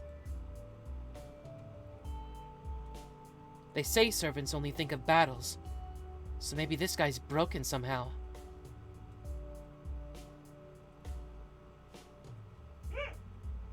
I see. You're not doing well, are you? You seemed well last night, but sleep must have brought up your fatigue. I'll get you a drink if tea's okay. So at home in a stranger's house. Archer stands, takes out a new teacup without a moment's confusion, and pours a fine rose-colored tea. There are all sorts of things I want to say, but I surprisingly don't feel like interrupting him. Every aspect of his motion is refined, and you could even say he's being considerate. Oh well. It's true that I'm tired, so I guess I'll have a drink. I take a seat. He hands me the teacup silently, and I take a sip. Oh, it's good. Of course, it's an exotic Chinese tea. It's the best part of my favorite leaf, so I'd get mad if it tasted bad. In fact, I get mad when someone uses one of my favorites without my permission. Yes, I would get mad. But when it's brewed so wonderfully, I'm too happy to complain. Hold on. What are you laughing about? Well, I was gonna ask what you thought of it, but when you make a face like that, there's no point asking. I slammed the cup down on the table. Don't waste it. You should be happy. You should enjoy it while it's hot. If I'm distracting you, I'll go. Thanks, but no thanks. I didn't become a master just so someone could brew me tea. Besides, there's no need for you to do such things without orders. I see. Certainly, I did not form a contract with you to brew tea or clean up after you. If that's how you want it, I'll be careful from now on. Right. What I need is a powerful familiar. I've never heard of a servant who does things around the house, and I've no need for one either. What do you mean, no need? Nothing. Interpret it however you want. More importantly, do you remember who you are now? Archer shakes his head. Just as I thought. It's bad. If he can't remember it after one night, it's not going to come back easily. Even if we test various things today, this is still... All right. I'll work out what to do about your memory. Well, get ready, Archer.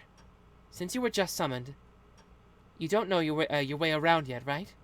I'll show you around town. Get ready. There's no need. If you want to go, we can go right now. Hey, you're going to walk around in that? It hardly looks normal.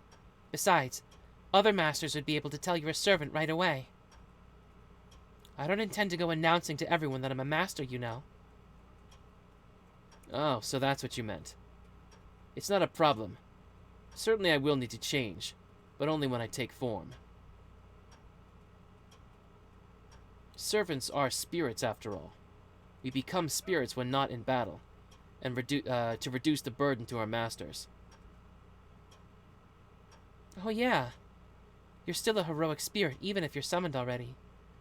Since it's the master's magical energy that gives the spirit form. If I cut off that magical energy... Oh, fuck. I think I misread that. I think that was Archer speaking. Oh well. Naturally, we would return to spirit form. A servant in that state is like a guardian spirit. We cannot be observed by anyone except the master we're connected with by the ley line. We can still talk, though, so it's no problem if we're going scouting. Wow, that's really convenient. In that case, it must be hard to search for other masters. Yes, but magi can sense other magi, right? In the same way, servants can sense other servants. If a servant knows powerful magic, they'd be able to sense servants even from a distance.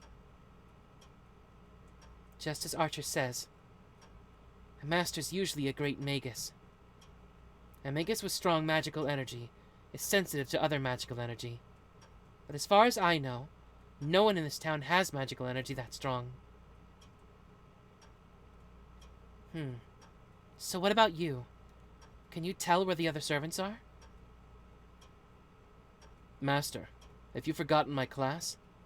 Sensing distant enemies isn't a job for a knight.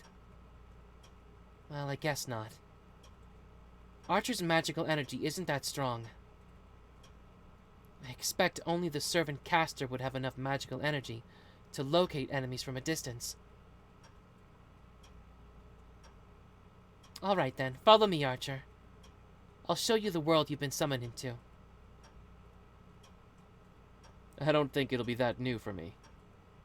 But, Master, aren't you forgetting something important? What do you mean by something important? Jeez, you're really not up to par yet. We have yet to exchange the most important part of our contract. The most important exchange? Equivalent exchange? No. Fundamentally, the reward for the servant is to participate in the Holy Grail War. There shouldn't be any more exchanges necessary. You're really not a morning person, are you? Archer says so in surprise. Listening to his sarcastic comment, I realized something. Come to think of it, he hasn't addressed me by my name. Oh, crap, names. I guess you've realized. Well, it's not too late. So, Master, what is your name? How should I address you from now on? Archer asks sulkily. Damn it. He is a good person. Yes, there's no mistake. After all, there's no meaning in exchanging names. Servant and master have a relationship forced upon them by the command spell. For a contract with a normal familiar, the exchange of names has a great deal of meaning. But no bond is needed between the master and the servant. But still, Archer calls it important. It's a proof of trust that we shall be fighting alongside each other, even without the command spell. I'm Tosaka Rin. You can call me whatever you like. I answer bluntly, unable to be true to my feelings. Well, actually, it'd probably be easier for me to be addressed in a reserved manner like you or master, and he'll probably call me that. But that said, Archer mutters my name to himself. I shall call you Rin. Yes, the name suits you well. He says something outrageous. Rin? What's wrong? You don't look normal. Shut up! Let's just go. We don't have time to relax. I turn away and start walking. I'm vexed. I don't know why, but I am. Did Archer say that just to make me feel this way? It's possible. He'll certainly do that sort of thing. Yes, that must be it. So my face is getting hot and my heart pounding. They're all part of his plan. Be careful, Rin. You're going to have to work with this crooked guy from now on.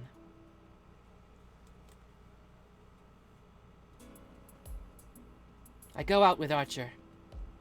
The city we live in, Fuyuki City, can be basically divided into two towns. Here, the place with old houses and traditional buildings, is Miyama City. On the other side of the river is Shinto, where modern development is happening. My house is in the older section, Miyama City. Miyama City is broadly separated into two sections as well. This is one of the sections, the Western-style houses, where immigrants from foreign countries live. And on the other side is the old, and on the other side of this area is the old Japanese-style houses, with a mountain behind it. Both sections are on top of hills, so you could say both are suburbs. The houses in between these two sections are relatively ordinary. As a demonstration, they're this ordinary. This is the crossroads of Miyama City, and the hill leading up to the Western-style houses like mine. On the opposite side, a hill leads up to the Japanese-style houses. A bridge leads to the neighboring town of Shinto, and the other way leads to school, shopping district, and even Ryoto Temple up on the mountain.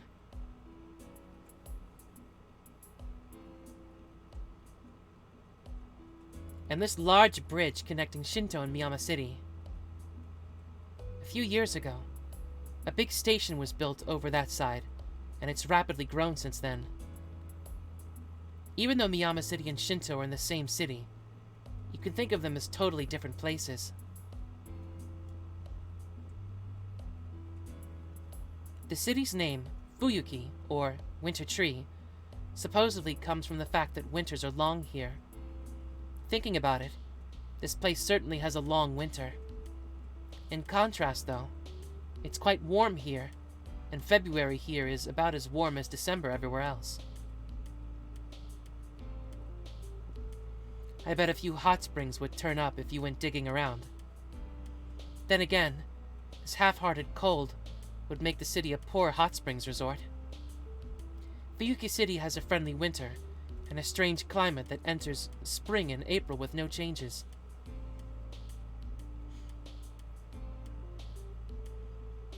Shinto is all like this. The rapidly developing town started to build tall buildings, as if rushed by something, and as a result, it looks very artificial. Though, that's only in the last 10 years.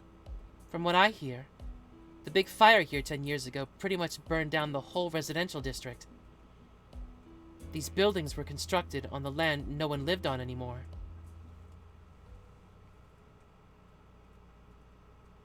And this is the center of it. This is Shinto's park. Now that we've seen all the important locations, what are your thoughts? I ask Archer, who's standing next to me. I can't see him, of course. It's a big park. But is there some reason no one's here? So it shows, huh? Well, that's because there's a history to this place. I look around the park. A park this big and organized should be a playground for kids, even on weekdays. But there's only a few people here, and a desolate feeling runs through the place. It was about 10 years ago. They say there was a huge fire in this area. It burned for a day, until it went out just as it began to rain. Afterwards, the town was rebuilt, but this place was left as it was. It was burned to ashes, so they made it into a park. Archer says nothing. But even though I can't see him, I can tell that he's feeling something special. I gotta head out, take care, and have fun. Thanks for stopping by, Canadian Tree. I appreciate it.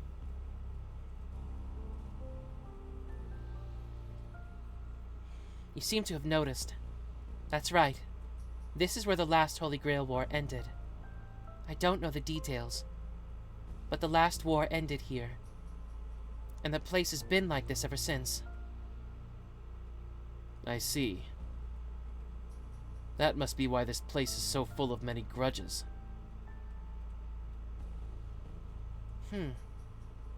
You can sense those kind of things. Servants are spirits. We're beings familiar to grudges and formed obsessions. Therefore, we're sensitive to such remnants like us. There are places in town with strong regrets, But this place is on a completely different level. To us, this place is more like a reality marble. Archer brings up an unusual term in a motionless voice.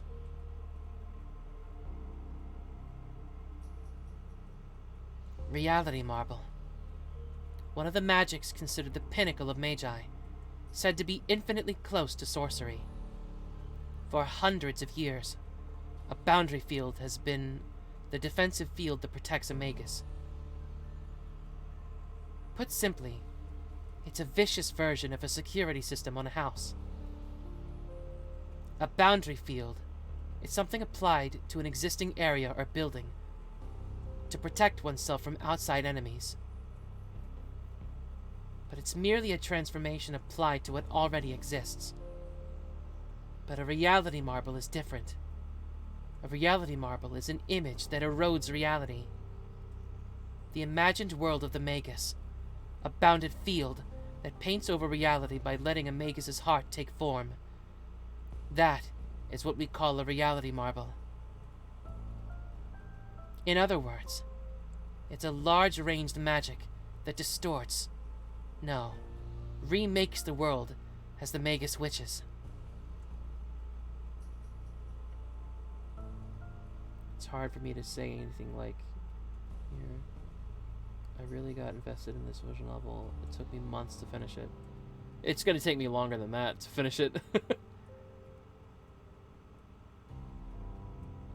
Rin, what are you thinking? No, I was just surprised. I just thought that reality marble seemed an uncommon term for an archer. What, is it strange for me to know it? Of course. Reality marble is the taboo of taboos.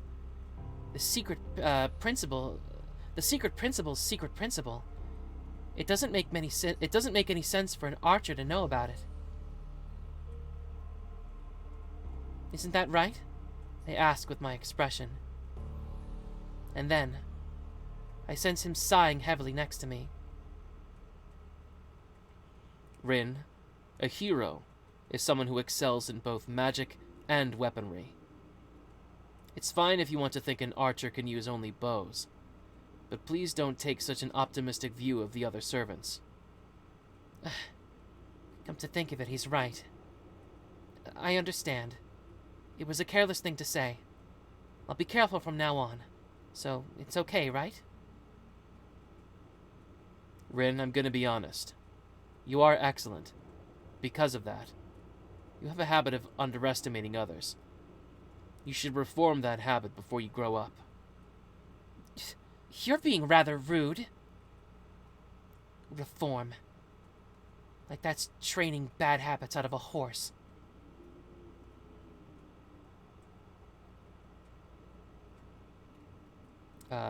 Oh, excuse me.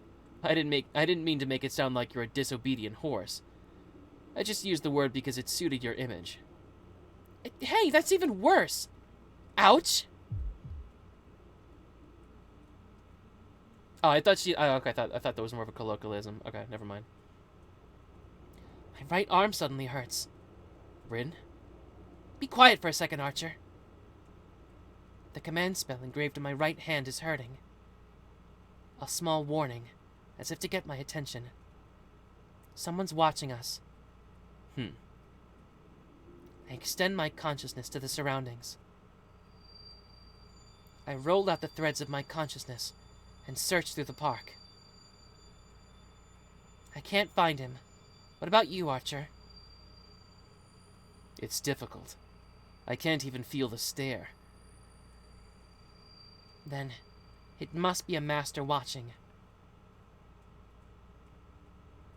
I don't know who it is, but if Archer can't sense it, it has to be a master.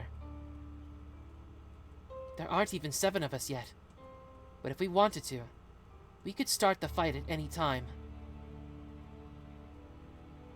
It seems the one watching us wants to battle, but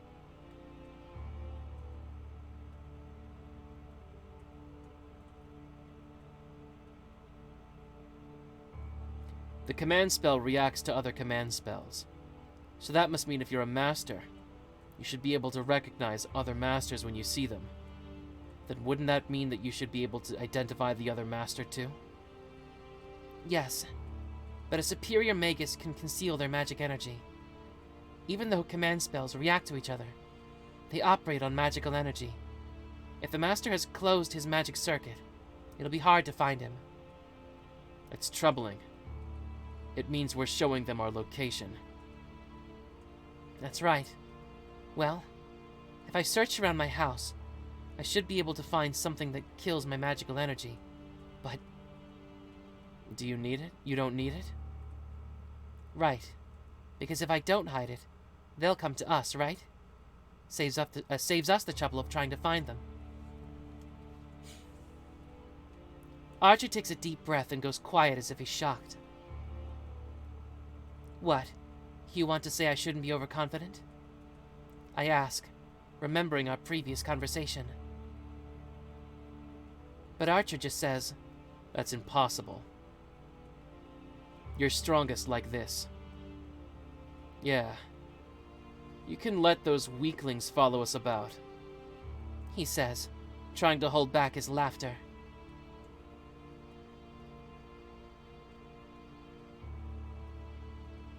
Well, it's not like I like his response, but we decided to continue walking around town.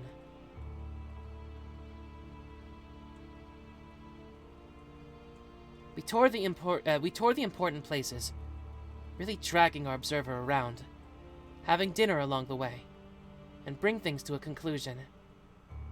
We've been walking a lot, and it's now 7. At this time of night, our destination should give us the best view.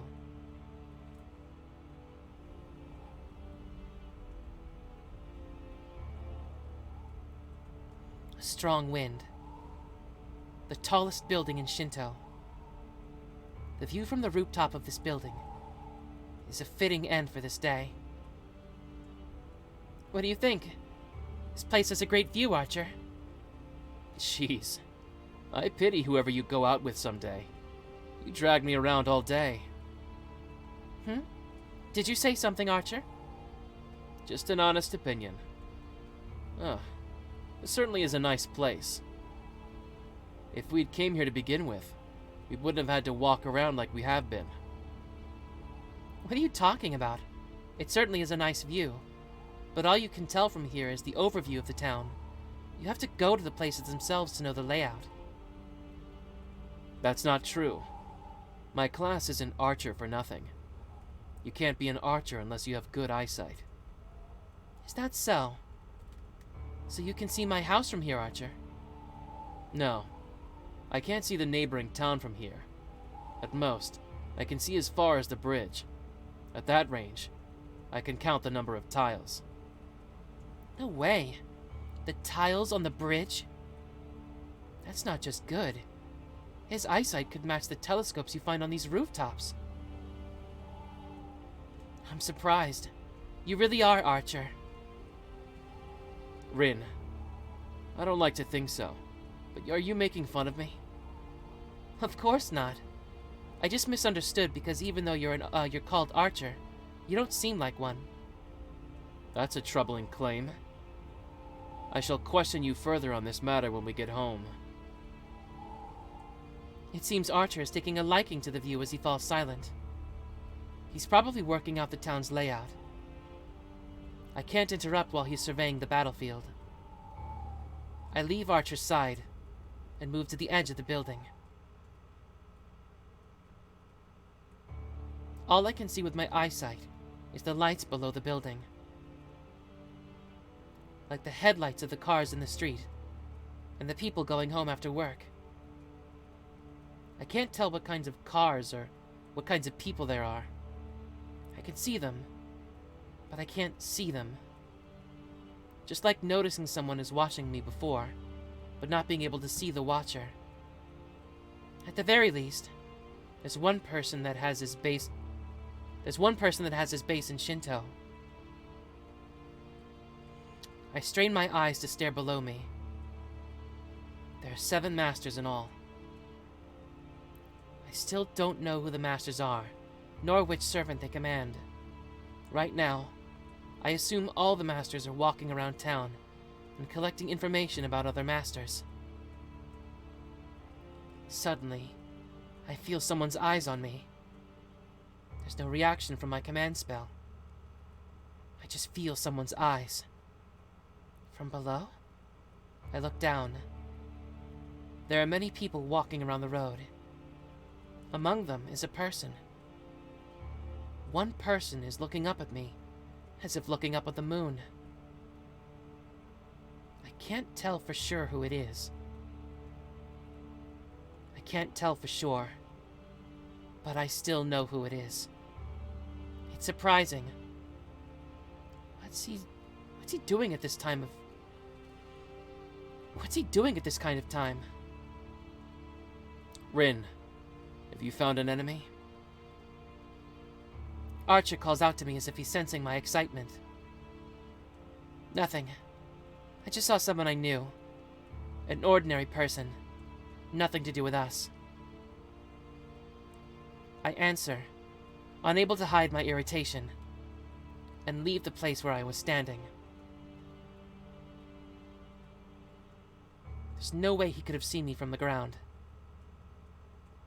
He must have been looking up at the building by coincidence. So it doesn't mean I was noticed, but still, I'm angry that I let him see me acting as a magus.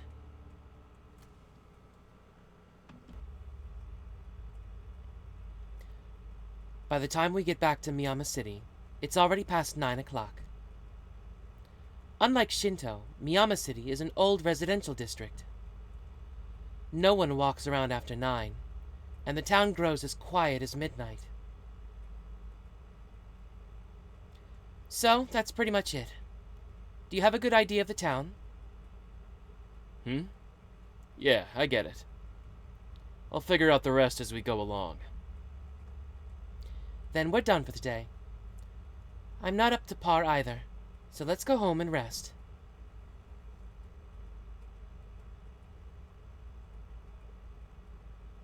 We climb the road up the gentle hill, and there's someone walking in front of us. Huh? Sakura? This is bad. I don't want to see her right now.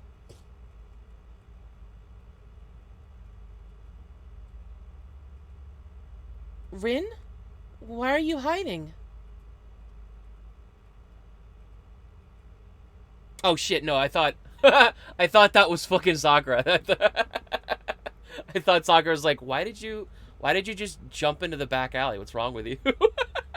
No, it's Archer actually. Okay. That's not gonna make it to the VOD. Okay, Rin, why are you hiding? Shut up! Oh, that person is someone I know. I skipped school today, so I don't want to see her. As I speak, I look at the figure ahead of us. On the road, there's the well-known first-year student, and a foreigner I don't know. They're talking about something. No. It seems the foreigner is talking to Sakura against her wishes. Rin, is the person you know the foreigner? No, I don't know him. There are lots of Western-style houses around here, so he might be visiting one of them. I say that much, then scold myself for being too soft where that girl is involved. Archer, is he human? I don't know. He has form, so he should be human. At the very least, he's not a servant. Right. He's not a master either, so I guess it's just a minor quarrel. Still, I know she's not the kind of girl to get into trouble with a guy.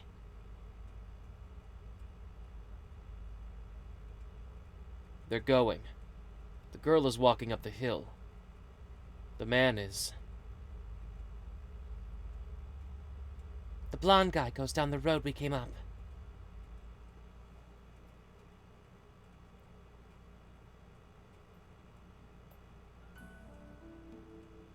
Well then, you can use this place. I'm going to bed unless you have any questions first. I don't have any important questions. Your decision not to rush into battle is the correct one. You should use tonight to recover your magical energy. Yes, I will see you tomorrow then. Please make me tea tomorrow morning.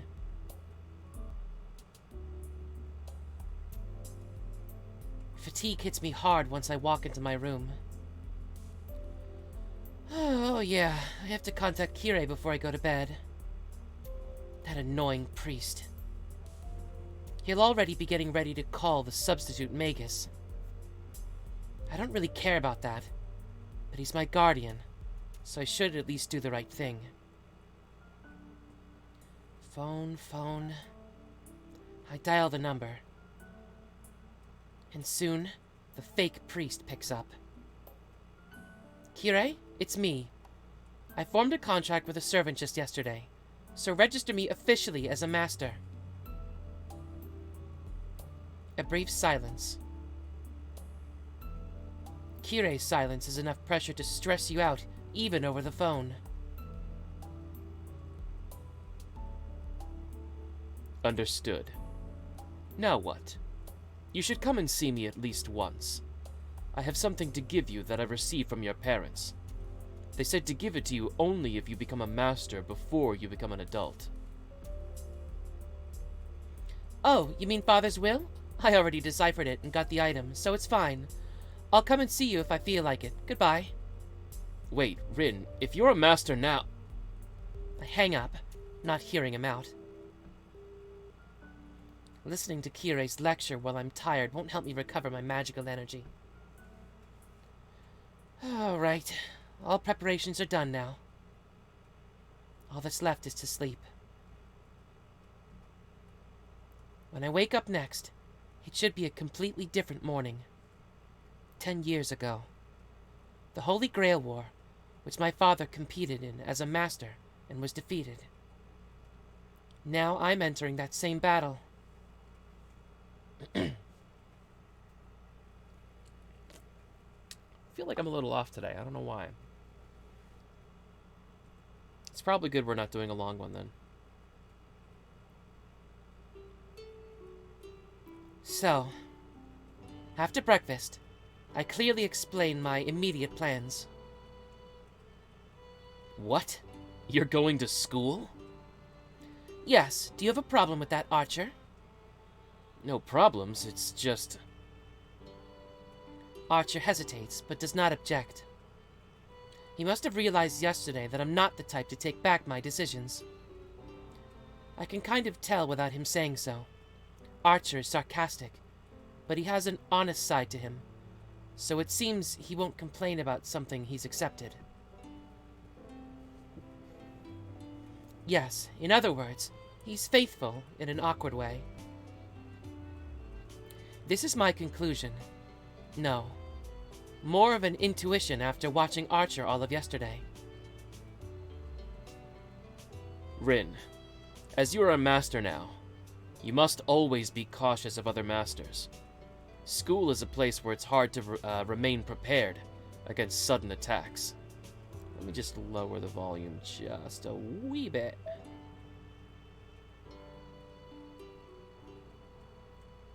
Okay. That's not true. Look, Archer, even though I am a master now, I don't intend to change my lifestyle. Besides, a battle between masters is something that should be done out of public view, right? So if we're at school, where there are lots of people, I don't think we'll see any kind of surprise attacks. I see. If that's what you've decided, I can only obey. But I can guard you in spirit form, right? You don't intend for me to stay here while you go to school. Of course not. Not just at school, but I want you by my side whenever I go outside. It is the servant's role to protect the master, so I'll be counting on you. I'm relieved to hear that. It's the duty of a knight to answer trust placed on us. I shall only do my best to meet your expectations. But Rin, just hypothetically, What would you do if there were an enemy in that safe place? What, are you suggesting there might be a master at school? That's right. It's certainly hard for anyone who isn't a teacher or a student to get in. But would it be a problem if someone there was already a master? I don't think that's possible. In this town, there's only one family of magi other than the Totaka. That other family has declined, and they don't even have a master. How do you know there isn't a master? Hey, it's only natural to investigate another family of magi in the same town. He isn't a master, and his successor doesn't have enough magical energy to become a master, so we can just ignore him. I see. So there's another magus at the school you go to, but you say that magus doesn't have sufficient magical energy to become a master. Is that correct? Exactly. So most masters will probably be coming from elsewhere. I don't think such people would come to school. Well, for now at least. But Rin, there are always exceptions. What if there's a magus at your school that you don't know about? Like I said, there aren't any. Magi are sensitive to other magi. If we are at the same school for a year, I should be able to sense other magi no matter how well they hide it. I will state with confidence that there are only 2 magi at our school. One of them is me, and the other is only an apprentice who doesn't have enough power to become a master. Do you understand? Your caution is just needless worrying. It's completely impossible. That's why this is only a hypothetical scenario. There's always another side to things. It's only natural for unexpected things to occur. I'm saying that when it does happen, do not blame me. Archer smiles dryly. Just that action makes me want to take it out on him. But if I did, I'd be late for school.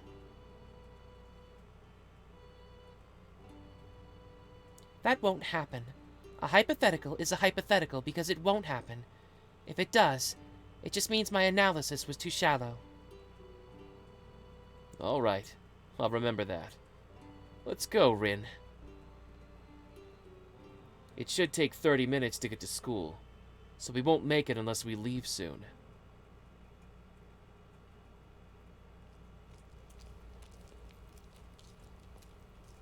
I'm surprised. Hypotheticals do happen. Yes, I'm surprised as well. Wait, Is it the other way around? I'm not sure.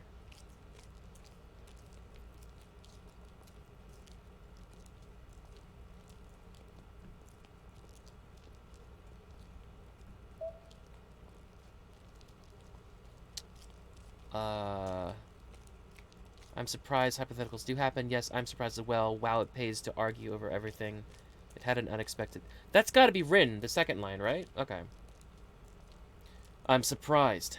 Hypotheticals do happen. Yes, I'm surprised as well. Wow. It pays off to argue over everything. It had an unexpected payoff. As soon as we pass the school's main gate, we choke around like that. Around us are students heading to classrooms, and it's almost time for homeroom. In the crowd of people rushing into the school building, we stand dumbfounded.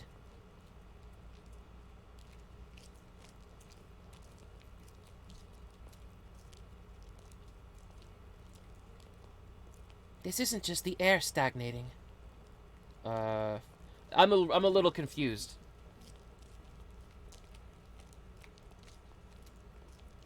Okay, so I think... Because Archer's not a mage, so he would probably say the first line, okay. This isn't just the air stagnating. Isn't there a boundary field set up already? It's not complete, but the preparation seems to have already started. If he's doing this so openly, he must be a real big shot.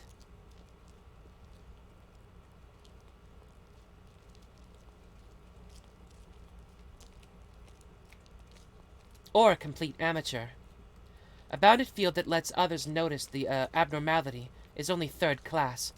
To be first class, it has to be hidden until it's activated. So which do you think it is, Rin? Who knows? I don't care if he's third class or first class. I'm just gonna beat him mercilessly for setting up such an indecent thing in my territory. I walk angrily through the schoolyard. As a magus, I'm not about to mince words, but I can't be satisfied until I properly punish the creator of this bounded field.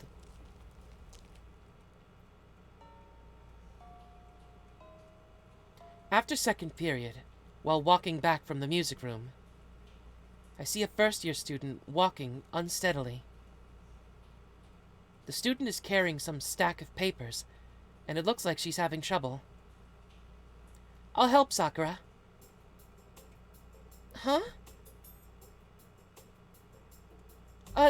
Tosaka-senpai. What, handouts? World history? That'll be my homeroom teacher. That Kuzuki. What's he thinking making a girl do this? Here, give me half of it. Oh, yes. Thank you, senpai. It's fine. So, we're taking these to your classroom? No, we're taking them to Kuzuki-sensei.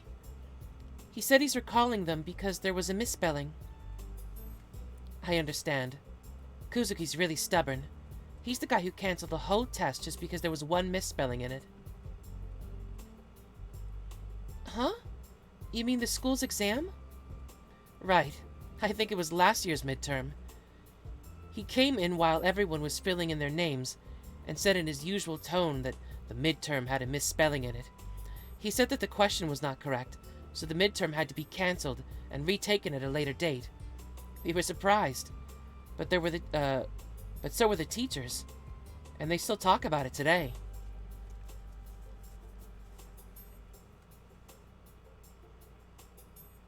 It's just like Kuzuki-sensei. He doesn't think teachers should make any mistakes. Other way around, fuck. That's just like Kuzuki-sensei. He doesn't think teachers should make any mistakes. He goes too far, though. You'll realize soon, too. Kuzuki is as stubborn as a rock or a mountain. Tosaka-senpai, you must like Kuzuki-sensei. It's rare for you to talk about someone like that. Really? Well, I do think he should be more flexible, but... I think that. But I also think he's not too bad in his way. At our school, there's a teacher liked by all students, and a teacher feared by all students. The balance between the two works so well that I think Kuzuki-sensei is a good disciplinarian. He's the stick and the carrot and stick approach. Well, you'll get to see more of him once you reach second year. He teaches ethics, too. More importantly, Sakura, is it all right if I ask you something? Huh? What is it, senpai? It's about yesterday. Were you talking to a strange foreigner? Oh, you were watching, senpai? Just by chance. So what was it? Do you know him? No. Well, he was a strange person and seemed to be lost. He asked me lots of things, but I couldn't make out what he was saying, so, Ah, so she ran away. I see. Sorry. I was just a bit curious. No, it's all right. Here is fine, senpai. I only have to hand these to him now. Okay. See you later, then. I pass the handouts back to Sakura. As I start to head back to my classroom, I pause. Sakura, how are things? Yes. It's okay. I'm doing fine. I see. Well, if Shinji does something again, tell me. He doesn't know when to stop, so it'll only get worse if you don't say anything. You don't need to worry, Senpai. Nissan has been kind recently. If she says that with such a smile, I can't say anything else. I bid her goodbye once more and turn my back on the familiar junior.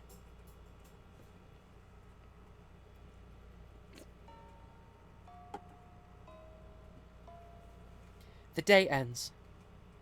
Students leave the classroom, and the buildings get darker by the second. The sun will set soon.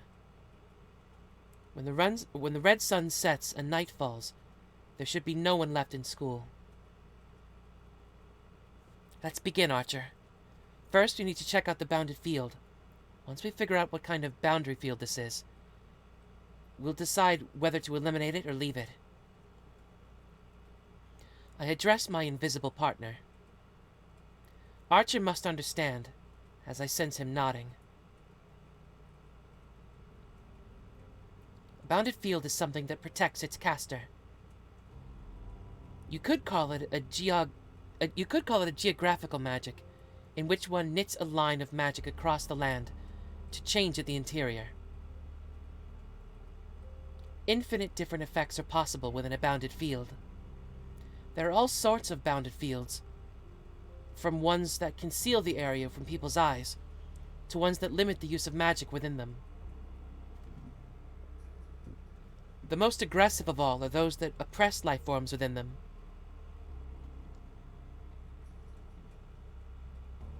The bounded field laid over our school is that kind. It's not yet complete, but once it is, everyone in the school should fall unconscious. But something like this won't affect me. After all, a bounded field is something that targeted not at me, but at the place I'm in. Such an indirect magical energy intervention has no effect on magi, who have magical energy throughout their bodies. A weak current flowing through the air will only be repelled by a strong current like myself. So this bounded field has a different intention. I don't know what kind of person set up this bounded field, but his intention is not to defeat a master. It's hard to believe, but his target is everyone in the school. There's only one reason to do something like that. Unbelievably, this guy is. I search the school building and emerge onto the rooftop to finish. It's dark outside. It's 8 o'clock now, way past the school closing time, which is 6. The only people still in school is me and Archer.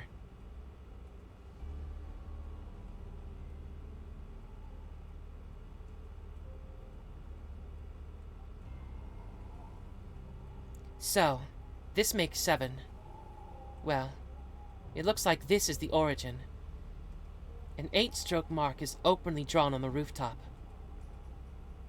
This purplish-red character, only visible to magi, is something I've never seen before, engraved with something unknown. Damn it. This isn't something I can handle. The person who set up this bounded field didn't think about anything. He didn't think, but the bounded field is bound with amazing skill. I can temporarily drain magical energy from this bounded field, but I cannot eliminate the bounded field itself. The field can be reactivated just by having the caster put more magic energy into it. Archer says nothing. He's been quiet ever since we came out to the rooftop. Probably because he too recognizes the power of this bounded field. It doesn't just drain one's strength. Once activated, it will literally dissolve all the people within it. There are bounded fields that drain physical and mental strength from people within them. But the field laid out over this school is on a completely different level. This is a soul eater. It's a blood fort that dissolves people within it and claims the souls that seep out. Since ancient times, souls have been hard to handle. even though they're believed to exist and are necessary for magic. Only one magus has ever understood the soul. Souls are only things to be investigated or things to be moved into containers. It's incomprehensible not merely to suck them out, but also to collect them in a single place. It's because a magus has no use for them, even if one were to collect this unconvertible energy. So if there's a reason, it must be... Archer, are you servants this kind of creature? I asked coldly. It is as you suspect. I told you we're basically spirits. Therefore, our meals consist of souls and mental constituents. As you subsist on meat, we subsist on souls and minds. Our basic abilities do not change from such nourishment, but we do become tougher.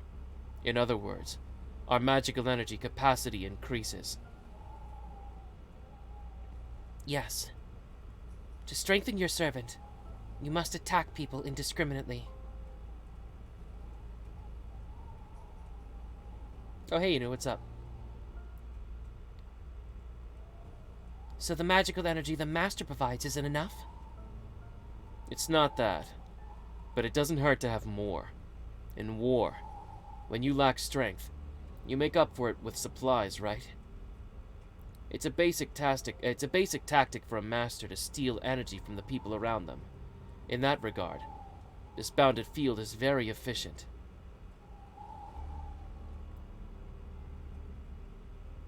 Archer's saying that if I want to win, I should kill people and steal their strength. How simple. I already knew that. That's why I think I know which path I'm going to choose. That annoys me. Don't ever mention it again, Archer. I say so while staring at the mark. For some reason, Archer sounds happy as he confidently answers. I feel the same way. I do not intend to do so either.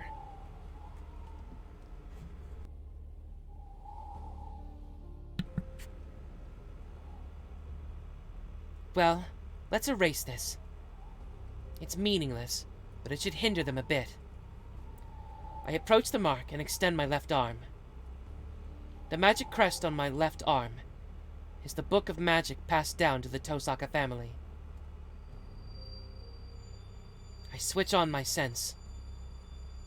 I push magical energy into my magic crest, read the part that explains the elimination of bounded fields, and now all I have to do is activate it.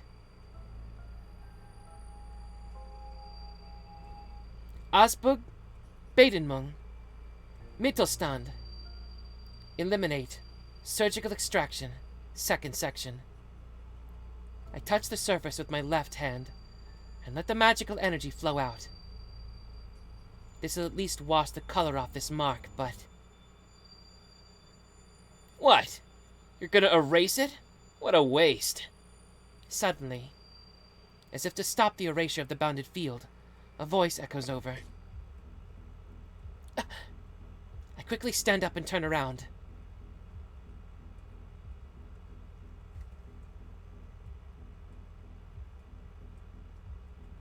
On top of the water tower, in the sky 10 meters away, a guy is looking down at me. Deep ultramarine that melts into the night.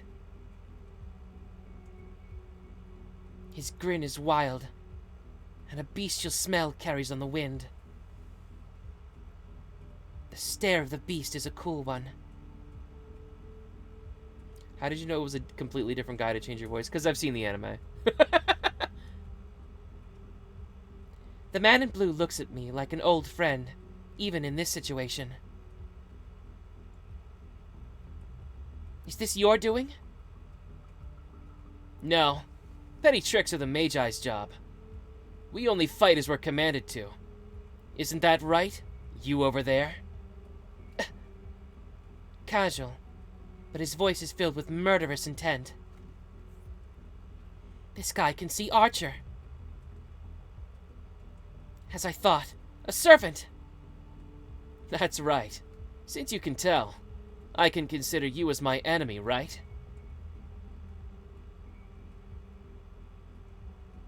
I didn't know this. Yeah, I've seen Fate Zero and Unlimited Blade Works.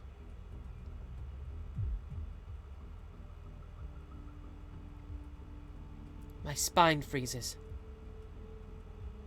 A normal light tone of voice. And it's colder than anything I've ever heard. Scary enough to make me vomit. I can't tell how I should move, or what my best course of action is. But my reason is telling me absolutely not to fight this man right here.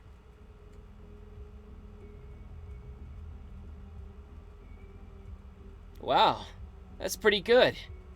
You seem like you don't know anything, but you grasp the important points. Man, I messed up. I shouldn't have called out to you just for fun. The man raises his arm. It happens in an instant. The arm that held nothing until now.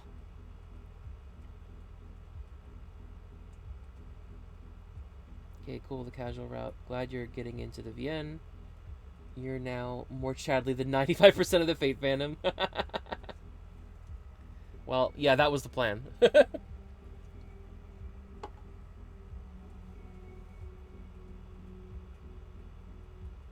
Now holds a red weapon, 2 meters long. Ha! I jump to the side without thinking.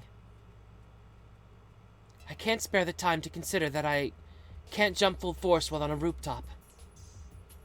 I just jump with full force to the side, as if trying to smash the fence.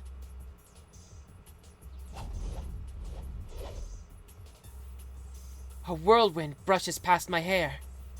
Barely made it. He rushed me in an eye blink and mercilessly slashed at the space I just occupied. Ha! You've got some good legs, young lady. The blue whirlwind pursues me. There are no escapes. The fence is behind me, to my sides. No, I won't make it. Es ist groß. Es ist klein. My response is fast. I run the magic crest on my left arm and assemble the magic in a single measure. It lightens my body and adjusts gravity. In this instant, my body becomes as light as a feather, and I leap. Rin! I know. Let me handle it. I jump over the fence and fall from the rooftop.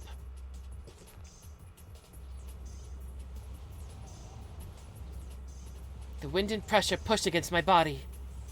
15 meters to the ground. 1.7 seconds until landing. No, that's too slow. He'll catch up. Vox Gott ist Atlas! Archer, take care of the landing! I let Archer take the impact of the landing, and start to run as soon as my feet touch the ground. First, I have to change the location. We have to go somewhere we can move around freely, not a small place like a rooftop. We have to move to a large field with no obstacles, to play to Archer's and my strengths. I run from the rooftop to the school ground in less than 7 seconds. It's more than 100 meters. My speed is so fast that normal people would only see a blur. But that's... Man, those are really good legs. It'll be such a waste to kill you here. Meaningless against a servant. Archer! That was cool. At the moment I step back, Archer steps in front, taking form. A cloudy night. In Archer's hand is a short sword that reflects the weak moonlight. Wow. The man crooks his mouth. That's good. That's the way to go. I don't mind people who are quick on the uptake. A large whirlwind. That's the weapon swung at me from the rooftop. The blood-red crimson lance that tried to mercilessly slaughter me. Servant. Lancer. That's right. And your servant is Saber. Or maybe not. Who the hell are you? There's no sign of his previous casual demeanor. In response to Lancer, full of murderous intent, Archer remains silent. The distance between the two is about 5 meters. The weapon in Lancer's hand is about 2 meters. For that man with the bestial smell, I feel like the remaining 3 meters are meaningless.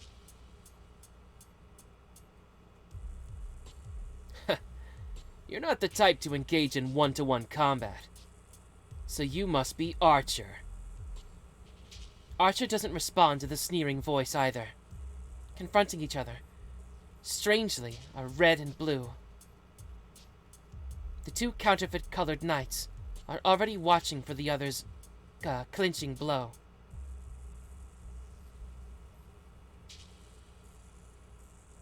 All right. I don't like it, but now that we've met, we'll just have to fight. Come on, take out your bow, Archer. I have some manners, so I'll at least wait for that. Archer does not respond. There's nothing to say to an enemy he must defeat. That steel back of his seems to declare so. It makes me realize I'm being stupid. Archer's just waiting for my word, my command. Archer! I talk to his back without approaching him. I won't help you. Show me your powers here. Huh. Was that a laugh? He grins as if to answer my words, and the Red Knight dashes forward. Twirling gusts of wind. Short sword in hand, the red bullet launches. You fool! What meets him is a blue spear thrust. If the dashing archer is a raging wind, the responding spearhead is a divine wind. The sword is swung, a swing to deflect the thrust. Archer parries the thrust of the high-speed lance with his short sword.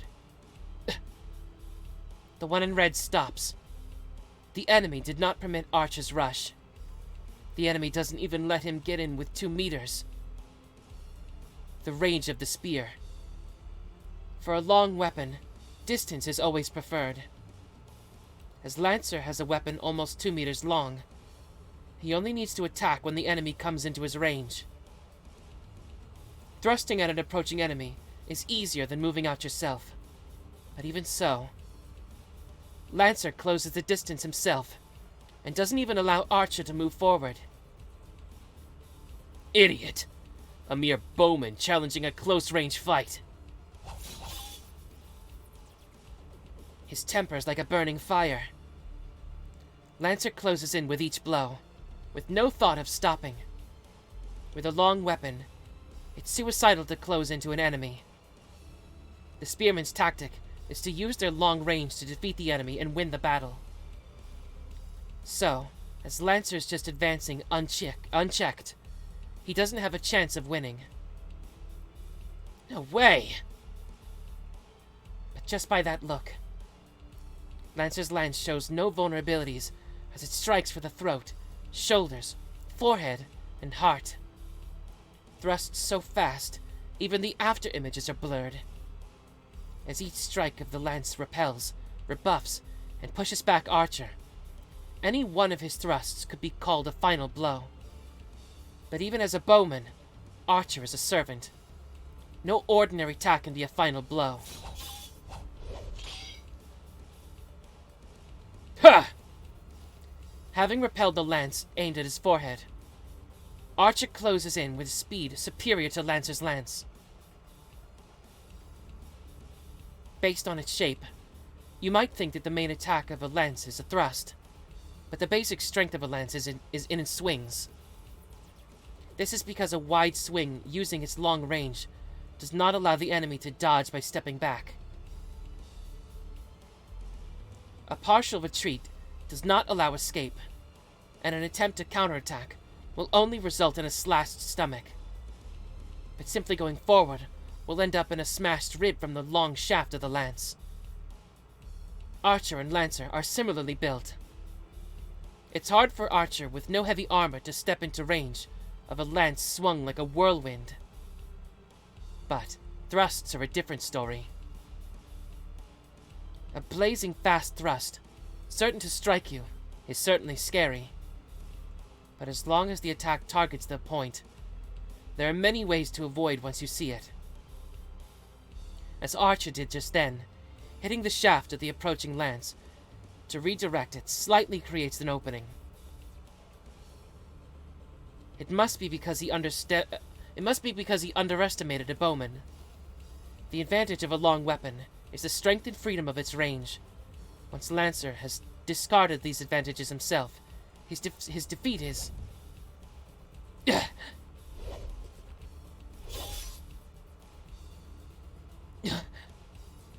The one in red stops. A nightmare-like time is reversing. The thrust is faster than the previous one. Archer tries to parry the blow, but he gets flicked away along with his weapon. There are no openings in Lancer's attack. No, not just that. The thrusts increase in speed and power, without limit, and it becomes the final blow for even a servant. We were the ones that underestimated him. For that servant, for Lancer's weapon.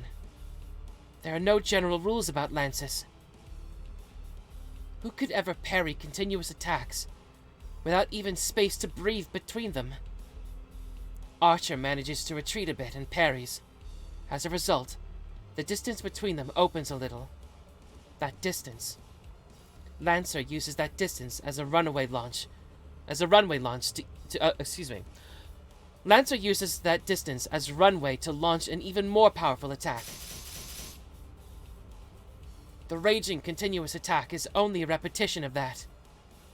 But the blows themselves are godlike. 10 blows already. No, it must actually be many times more than that. The heavy rain of lance pours with even more strength, trying to skewer Archer to death. It's not fast, it's just skill. It thrusts like a waterfall, with no change in speed. What can Archer do as he's now on the defensive? With such a short sword, he can only parry the lance. He has no way to close in on Lancer, as he continues to retreat. A vacuum of steel unfolds. Support. I have to back Archer up, but my throat won't respond. My magic has poor aim. Unless Archer gets far away from Lancer, I'll hit him with my magic as well. Such an opening would only increase Lancer's advantage. And besides, frankly, I'm captivated. This is a battle between servants. This is the Holy Grail War itself, where we use heroic spirits, the highest rank of familiar, whom we would never otherwise obtain. Servants. Familiars of different classes that obey the 7 masters. These are the highest ranked familiars, called heroic spirits, that the Holy Grail summons. So it's misleading to call them familiars. Originally, familiars were just beings that ran errands for the Magus. Imagine, perhaps, a cat in boots, or a cute white bird, or a black dog that doesn't obey its master, or something like that. Familiars that a mere Magus can summon are of that level. Familiars are just familiars. They're only mascots that run errands for their masters, so they cannot be beings stronger than their masters. But servants are different. They are the most powerful beings, even for sorcerers, of which there are only 5 in this world. It would probably be impossible to form a contract with them. It's not that the summoning is hard, or even that the ability of the servant surpasses that of a magus. Servants themselves are beings above magic. I'll make it clear. Servants are heroes from the past. Myth, legend, fable, history. Fiction or not, these superhuman beings who gained concrete existence in folklore are what we call heroes. A hero that becomes eternal in people's minds is no longer human after their death, and is promoted to another form of existence. Humans who bring about miracles, save people, and achieve great deeds are called heroes even after their death. After being so called, they're promoted to heroic spirits after their death and become guardians of humanity. It doesn't matter whether these people existed in reality or only in stories. It's people's minds that create a hero.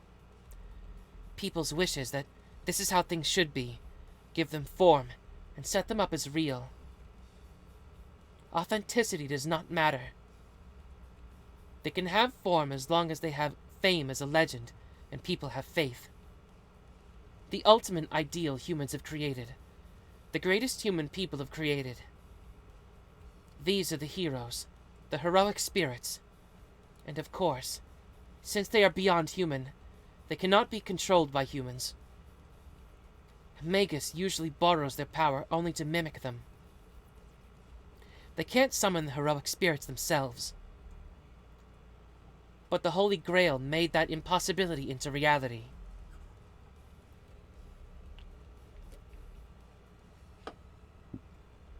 It summons the heroic spirit, beyond human control, and turns it into a familiar, obedient to the Master. That nonsense is proof that the Holy Grail is almighty.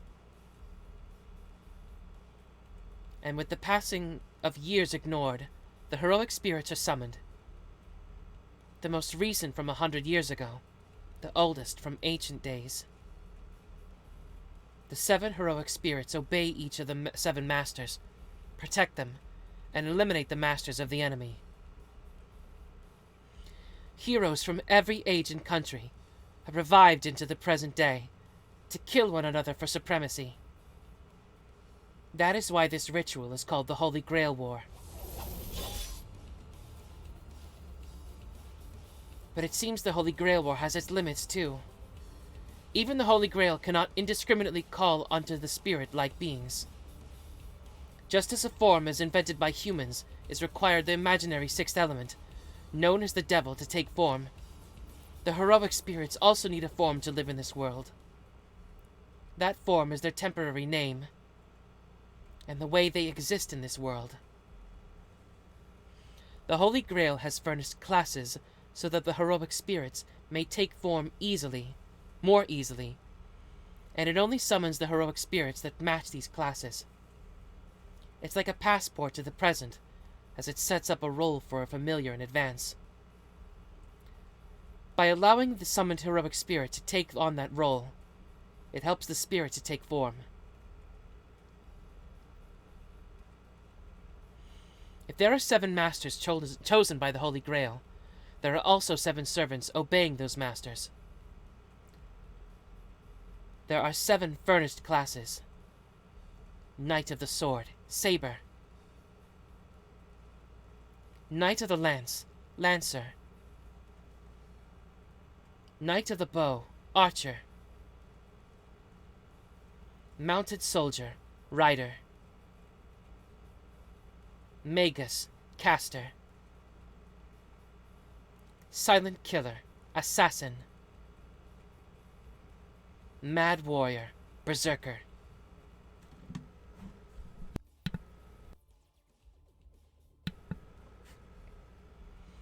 Only the heroic spirits with attributes of these classes are summoned to the present day to obey the Master and become a servant. That is the servant system. A summoning in contract with heroic spirit beyond human control, to win the miracle beyond human grasp. The ultimate competition, held only on this ground, and the one and only Holy Grail War.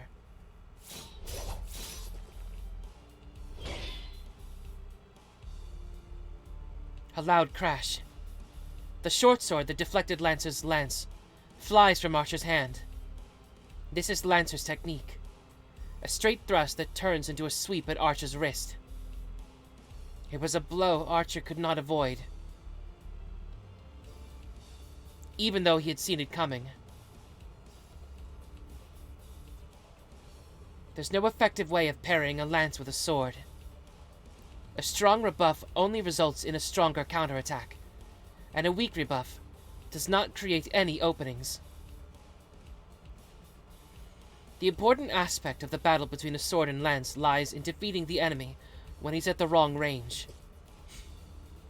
Idiot. There's no hesitation in Lancer. His movement to push Archer back stops. He must intend to end the match in a single instant. The stairs of the firmly placed Lancer and the swordless Archer clash. In that instant, the lance is thrust just like a flash of light. It can't even be seen. Forehead, neck, and heart. 3 shots are launched, any one a fatal blow. But the flash, too fast to see, is repelled by a shining blade. In Archer's hand is the short sword again. A sword like before. A Chinese sword like a hatchet. But the biggest difference is... crap! 2 swords! A pair of swords. In his hand are matched swords, mirror images of each other. A bowman trying to be a swordman? Lancer's lance flies.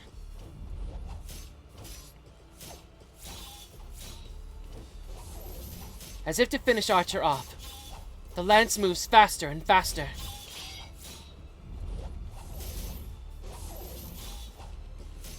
The clashing sounds are like a well of orchestral music. 2 steels clang against each other. The sparking clashes increase the rhythm without pause. The battle of the two is like a vacuum. It sucks in the air around them, and it seems like anything approaching them would be cut to pieces. In reality, it only lasts an instant. But for me looking on, it seems to take an infinitely long time. Lancer tries not to let Archer near him, while Archer advances using his swords as a shield. Over 100 blows have been thrown, and Archer loses a sword every time. But it's only for a moment, as Archer has a sword in his hand in the next instant, forcing Archer to back a little each time. Lancer finally admits his carelessness. And even though he doesn't know who is before him, he will be the loser if he dismisses him as a mere bowman. The distance widens. Probably to recover, Lancer puts a large distance between them. His speed is extraordinary. Archer's charge was out of this world, but it was still slow compared to Lancer. The movement of his retreat, and panther-like speed and agility. 27. I disarmed you that many times, yet you still have more. Lancer mutters in irritation. No, it's more like confusion. I feel the same way. According to Father, a servant carries only one weapon. Their weapon is filled with magical energy, so it's not something that can be created one after the other, like Archer was just doing. Servants are heroes that sublimate their spirits after death, equaling the Holy Spirits. Equaling the Holy Spirits? I've never seen that word, I guess. I don't know. To put it another way, they are like devils or angels. They are powerful familiars on their own, but against their most powerful weapon, but their most powerful weapon is their proof of heroism, a magical item called their noble phantasm. A noble phantasm is a weapon or armor the servant used when they were a hero, and it's treated as a last resort. The noble phantasm is the one and only weapon for a servant. This is because the noble phantasm is an ultimate weapon without equal. The lance that Lancer was using will show its power as a noble phantasm when Lancer deems it necessary. A noble phantasm is an impressive weapon by itself, but its true ability is to release all of its power using its true name. Heroes' weapons, which rule over all others, and which have killed dragons and gods. Servants activate their noble phantasms using their magical energy. It's much like magic. Servants recreate the destructions in legend, using their noble phantasms as a catalyst. Noble phantasms are never disposable. The swords that Archer brought out must be excellent, but they cannot be his noble phantasm. He is the servant Archer, so the noble phantasm he conceals must be a bow. What's wrong, Lancer? It's not like you to just stand there and watch. Where's the energy you had just now? You're talking crap, you cheater! Lancer's irritation is understandable. Even though Lancer fought Even though Lancer fought as a spearman, Archer fended him off as a swordsman, which means Archer hasn't shown any of his abilities yet. So it's natural for Lancer to feel ghastly. All right then, I'll ask you, what hero are you? I've never heard of a bowman using two swords. On the other hand, it's easy to tell who you are. It's said that only the fastest heroes are chosen as the Lancer, but you surpass even that. There aren't 3 Lancers in this world at your level, and on top of that, there's only one with such beast-like agility. Oh, well said, Archer. At that instant, his vast murderous intent makes me forget to breathe. Lancer's arm moves. This is different from before. A stance free from concept. The spearhead is lowered, as if to strike the ground, and only his stare pierces Archer. In that case, you shall face my finishing blow. I won't stop you. You're an enemy I'll have to defeat sooner or later. Lancer's body sinks down.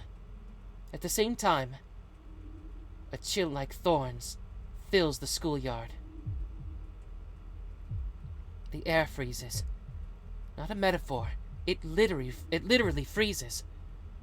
All the mana in the air is frozen. The only person allowed to breathe is the warrior called Lancer.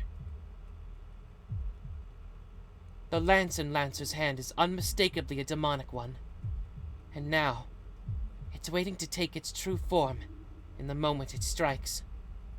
Crap! He'll be beaten. I don't know what kind of noble phantasm that is, but Archer will be beaten. It's implausible, since this is the first time I've felt such an intuition, but there's no doubt about it. Archer will die when that lance is thrust. It's determined. Literally. Lancer's lance is the embodiment of inescapable death. Ugh. Oh. Archer will be defeated. Archer will die when Lancer pierces his heart. And yet, even though I know what's going to happen, I can't even help him. Because if I move even a finger, that will trigger the attack. So if anything can stop this battle, and stop Archer's defeat, it would be... Who's there? It would be the chance appearance of a stranger we've all overlooked. Huh? The ghastly air coming from Lancer disappears. The sound of fleeing footsteps. That figure is definitely wearing a school uniform. A student? Someone is still here? It seems so. He did save our lives, though. Archer says calmly. Well, we were certainly saved, but... My mistake. I didn't notice my surroundings because I was preoccupied with Lancer. Oh, fuck, other way around, sorry. My mistake. I didn't notice my surroundings because I was occupied with Lancer. Hey, Archer, what are you doing? Can't you see? I'm resting since I'm free now. You can't do that. What about Lancer? He went after that guy. He saw us. So Lancer probably went to eliminate him. For an instant, my thoughts stop. Follow him, Archer. I'll catch up right away. Archer goes after Lancer immediately. Damn! How stupid of me! I curse my carelessness. It's a rule of Magi to eliminate any witnesses. Which is why, if one didn't want to do that, one just had to allow no witnesses. I've done that up until now. So why do I have to make a mistake today of all days?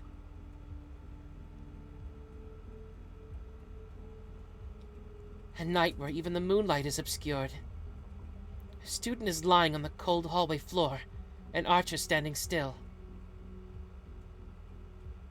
He's staring silently at the student. The smell hits my nose. The blood on the floor makes it clear it's the smell of death. Follow him, Follow him, Archer. Lancer will probably go back to his master. This won't be worth it unless we at least find out what his master looks like. Archer goes after Lancer. I'm left alone with the student lying on the floor. I can't look straight at him, but I must. This is my fault. This is my fault. This is my fault. Ever since I was a child.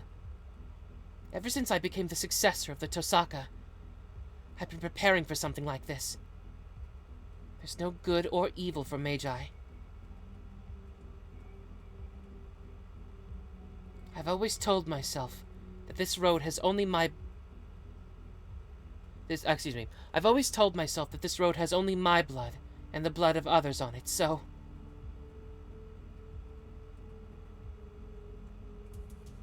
One shot from Lancer's lance, huh? You can't be saved with your heart pierced. I don't know how long it's been since Lancer killed him. Was he lucky or unlucky to be pierced through the heart? I guess Lancer's attack isn't a simple external wound, as the flow of blood from the rupture isn't too severe.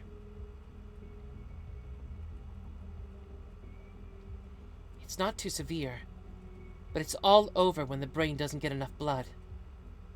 No. Basically, if his heart was pierced, he should have died instantly. But it's amazing he isn't dead yet. Yes. He's still breathing faintly, as if to give his last scream.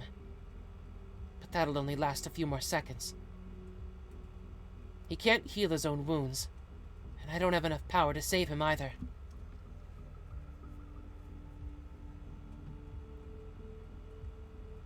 I have to look at his face. I should at least do that.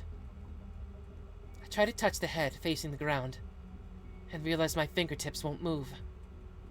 They're trembling. I wonder why. I'm used to such things. I've had to make these kinds of choices many times before. I've lost many things due to my mistakes and my selfishness. That's why I'm ready for a day like this. So why am I so angry at myself? Sorry. I'll see you off at least. I control my trembling fingers and my falling knees with my will, and look at the face of the student. A huge smacking sound. It really feels like I've been hit on the head with a hammer. Stop it. Why does it have to be you? I grit my teeth, not to suppress my trembling. I'm really pissed off. Why is it him? Why did it have to be him? I'm not mad at Lancer for killing a witness quickly and perfectly, just as a servant should do. I'm just angry at him for staying late at this place on this day. Sakura's face flashes in my mind. She'll definitely cry. And I recall one red-tinted day after school, a long time ago. A distant sunset. Someone always running alone. And a boring girl, staring at that from far away. And before me, the corpse of someone who happened to get involved. There is a way. I might fail, and lose my last resort in the process, but there's still a way. No, I'll lose my last resort whether I succeed or fail, so the result for me won't change. It's a mistake. The fact of his death is already determined. It's my fault for not noticing the things around me. It's his fault for unluckily staying late. So I don't need to go that far. Yes, because this is what my father, who gave me nothing else, left for me. A powerful chunk of magical energy. A reliable last resort to win through this battle. A precious, precious thing just from me. So what, idiot? I shake the feeling off and kneel in front of the one who'll become a corpse in another second.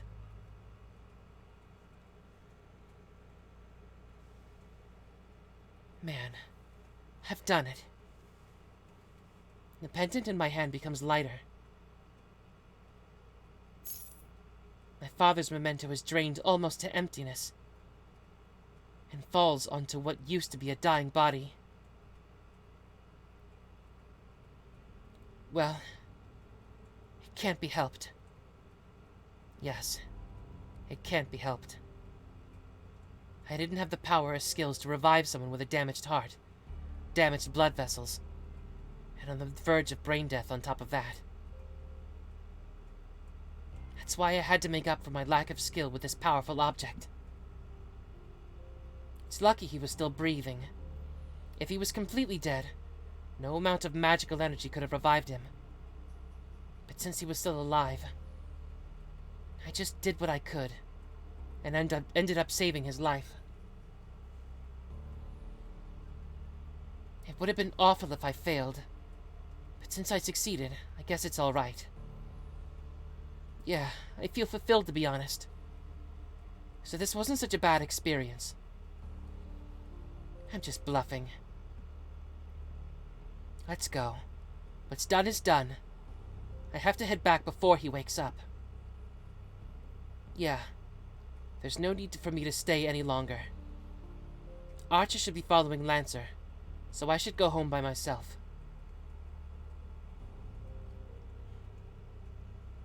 On my way back, I remember. I left the pendant at school. Just a pendant now that the magical energy's been drained of it.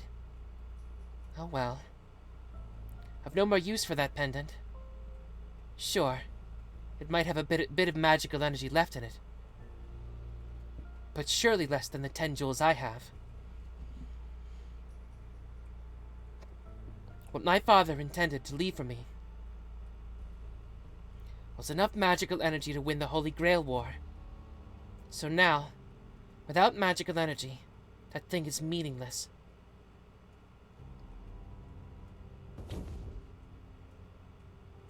I enter the house without saying anything and sit on the sofa. Archer isn't back yet. I sigh and listen to the clock for a few minutes. I have to switch gears. What am I doing daydreaming after a battle like that? I jump up and brew some tea. There are many things to think about. Most importantly, the servants. I've just witnessed a battle between servants I'd previously only understood intellectually. Lancer, huh? I panicked when he almost used his normal phantasm. But I would have found out his identity if he'd used it. The easiest way to beat a servant is to learn their identity. Ignoring for the moment that the idiot who doesn't even know his own identity. The biggest weakness point of a servant is their true name. Discovering the servant's true name, in other words, figuring out their identity, should let you take a guess at what kind of noble phantasm they might have. It goes without saying, but since servants are heroic spirits, they have a legend associated with them. If you figure out their legend, you should be able to find out most of their abilities. Servants are called by their class names because they want to hide their true names. Because the more famous a hero is, the more people know about their weapons and their weaknesses. A heroic spirit that becomes a servant never gives out their true identity. The only ones that know a servant's identities are their masters. There's even a tacit understanding that the masters hide their servants' identities while trying to discover the identities of others. This is the 5th Holy Grail War. The qualities of the servants are determined by the ranks of the summoned heroic spirits. It goes without saying that the more famous heroes, and the heroes with better weapons, are stronger. But it's difficult to summon such heroic spirits. To summon a heroic spirit, one must have a connection with them, such as a weapon they used during their lives. Even the Magic Association has a few of such things. So generally, one will summon a heroic spirit that suits them, like I did. A servant's strength is determined by the rank of the heroic spirit. But it's not that simple, as even the most powerful heroic spirits may have a hard time depending on the class they're assigned to. That is because of the special abilities assigned to each class, the possibility of the weak defeating the strong. The 7 classes each have a different additional ability, and one even has a chance of defeating an opponent of higher rank depending on the ability's affinity. To take an example, an infamous hero has defeated a great hero 4 times in the past. As far as I know, the most powerful servant is Saber. In all the previous 4 wars, Saber has made it to the final fight. It is said that the 3 classes, Saber, Lancer, and Archer, have strong magic resistance. To put it simply, magic is pretty much useless against them. It's because they're fighters who fought through the age of myths, when magic was used widely. Jesus. Magics that Magi use now would probably dissipate just by touching them. Anyways, that's why these 3 classes are considered the basics and the best. Another that's worthy of mention is the Servant Berserker. The heroic spirit summoned into this class loses their sanity. Just as the name implies, they become a mad warrior puppet of their master. The benefit from this is the strengthening of their power, far exceeding the powers they had when they were alive. However, the more powerful a servant becomes, the greater burden it imposes on the master. In the past, masters who summoned Berserker couldn't control their rampaging servants, and destroyed themselves by running out of magical energy. No exceptions. The winners and losers of the Holy Grail War are largely determined by the abilities of the servants. Well, I expect there are ways to win it by the master's efforts, but it's basically a fight between the servants. That's why a master should be very careful when summoning a servant.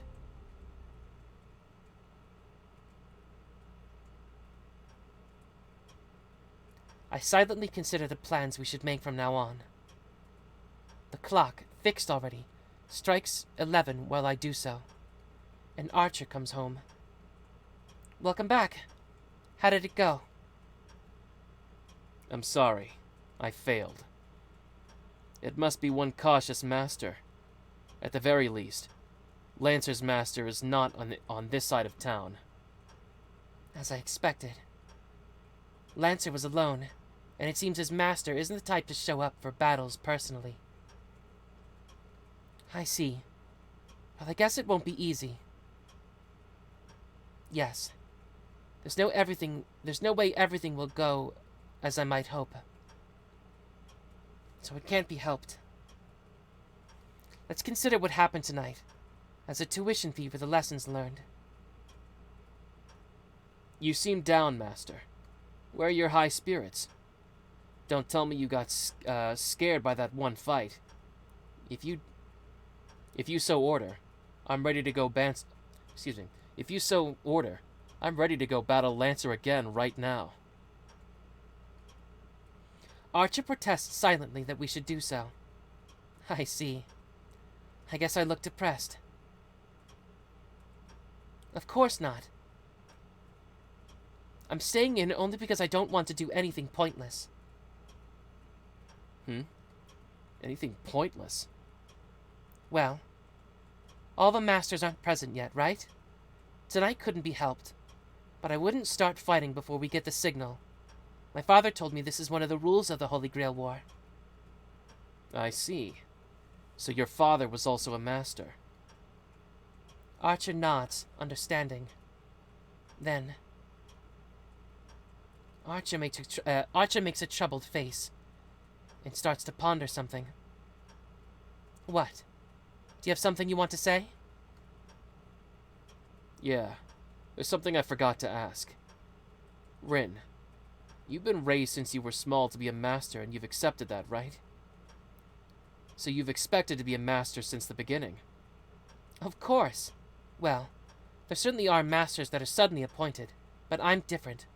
For the Tosaka family, the Holy Grail has been our earnest desire for many generations. I thought so. So you must have a purpose.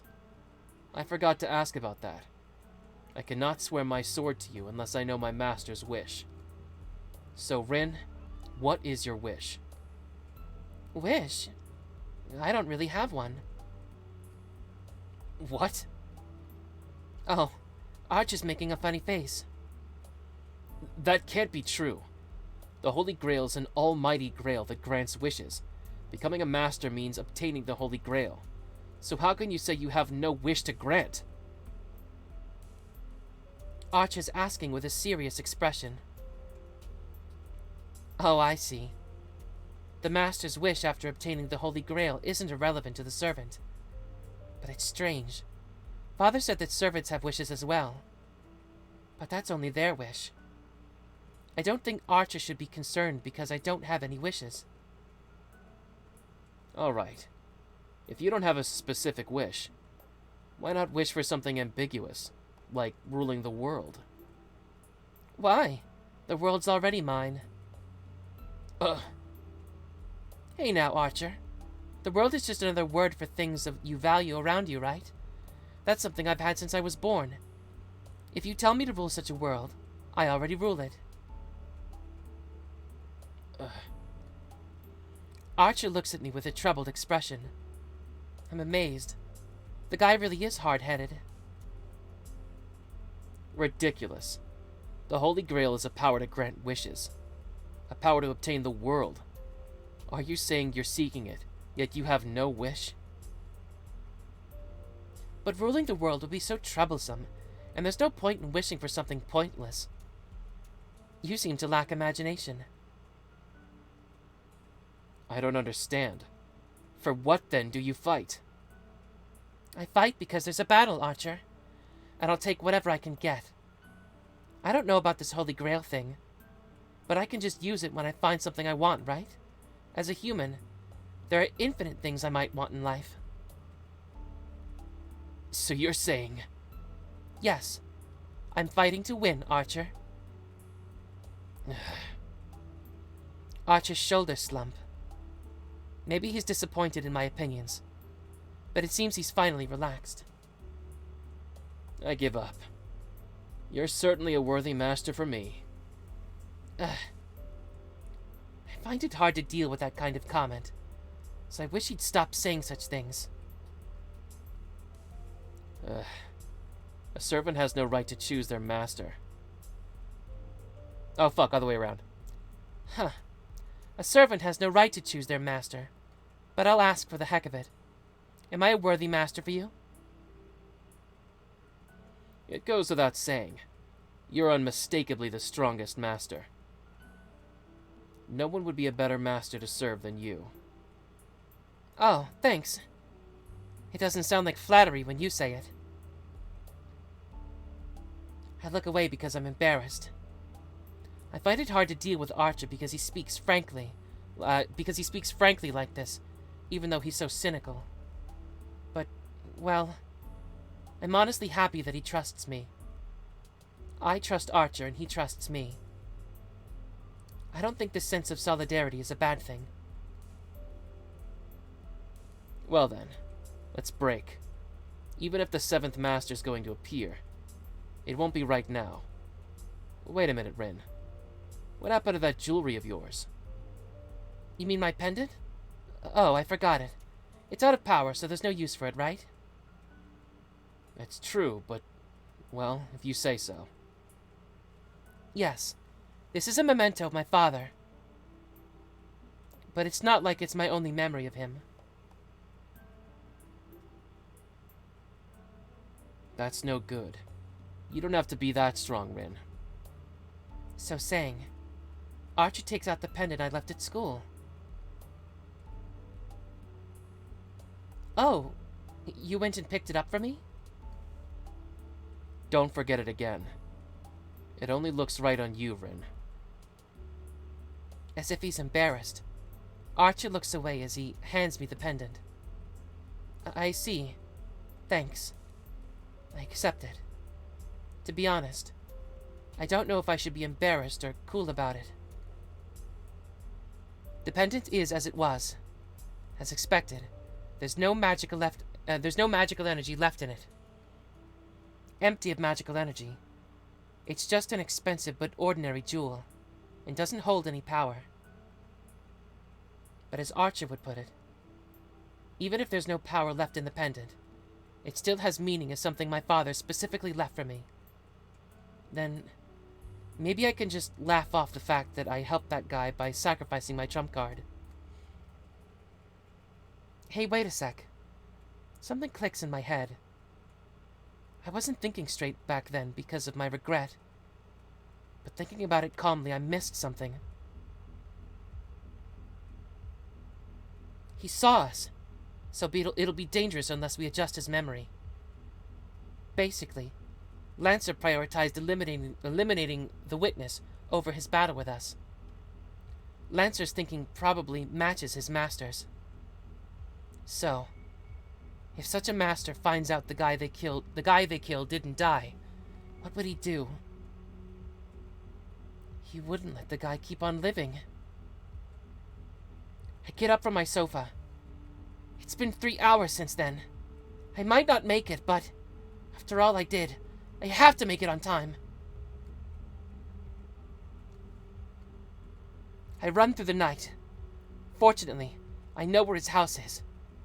No, I didn't look it up, but it just happens to be that an acquaintance of mine goes there a lot. Though I've never been there myself. Honestly, you're just taking on unwanted troubles. Archer has no interest in cooperating. He was against saving the guy when he was dying, and he's against going to help him right now. It's midnight.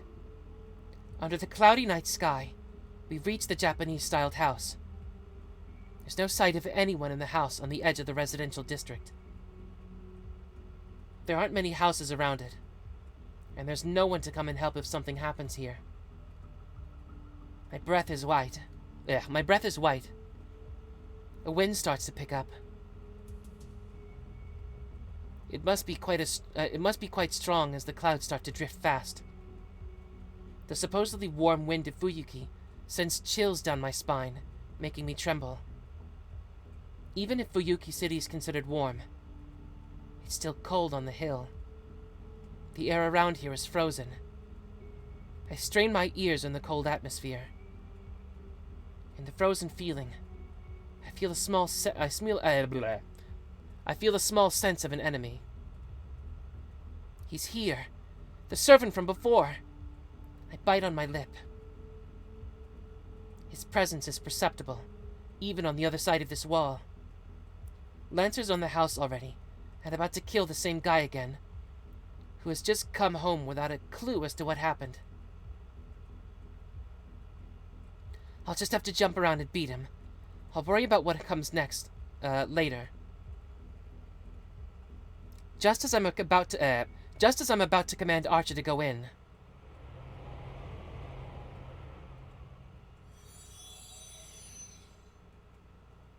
a bright white light, like a fallen sun, comes from within the house. The presence is eclipsed by another presence. The wave of power of the servant Lancer is consumed by an even larger wave. The instantaneous explosion of ether gives the spiritual being a body, summoned to overpower Lancer. No way! I can only mutter. But it's true. To prove it, Lancer jumps over the wall and leaps away as if fleeing from his place. Hey, Archer. Is this another one of your hypothetical scenarios? I don't know, but this makes 7. All the masters are here now, Rin. Archer answers calmly. I've lost my normal judgment. That's why I didn't even consider the obvious event that would follow. The wind blows strongly. Clouds cover the sky like an umbrella. The unlit suburbs are enclosed by darkness. And the servant jumps over the wall, coming down like a demonic bird. Archer has reacted already, but I couldn't react. That was my mistake. The battle ended with that small opening, not lasting even a second. It might have been only a second for me, but for that servant, it was an opening that couldn't be ignored. A sword rushes for me. Archer! Archer pushes me aside, and the servant slashes him. It happens in an instant. Archer, who handled Lancer's fury of attacks beautifully, has been taken down with one blow. Archer, disappear! But I make it in time this time. Just as the enemy servant is about to cut off Archer's head with her blade, I forcibly remove him. A pain in my right hand. It must have been an excessive command. So a command spell disappeared from my hand. Now there's only one remaining. But this is for the best. Rather than having Archer die, I would prefer to lose 1 or 2 command spells. Giving no consideration to Archer's disappearance, the servant attacks me. Don't underestimate me!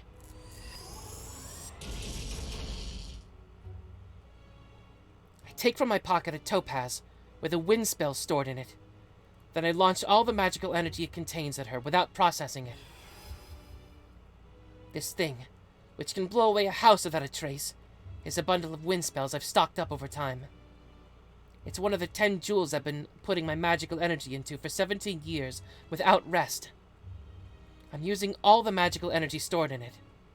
So even if I can't defeat her, it should at least slow her down a bit. No, not even that. It did nothing. A swirl of wind that instantly tears apart anything caught within it disappears like a magic trick the instant it touches the servant. Such strong magic resistance. Mere magical energy from a magus cannot hurt the servant. So this is it. She can't be hurt by magic, and I've lost the protection of Archer. So I can't stop this servant. I barely managed to avoid one blow, but that's not all. I look up at the night sky. In it is the figure of a cold-hearted death who's looking down at me as I miserably lay on the ground.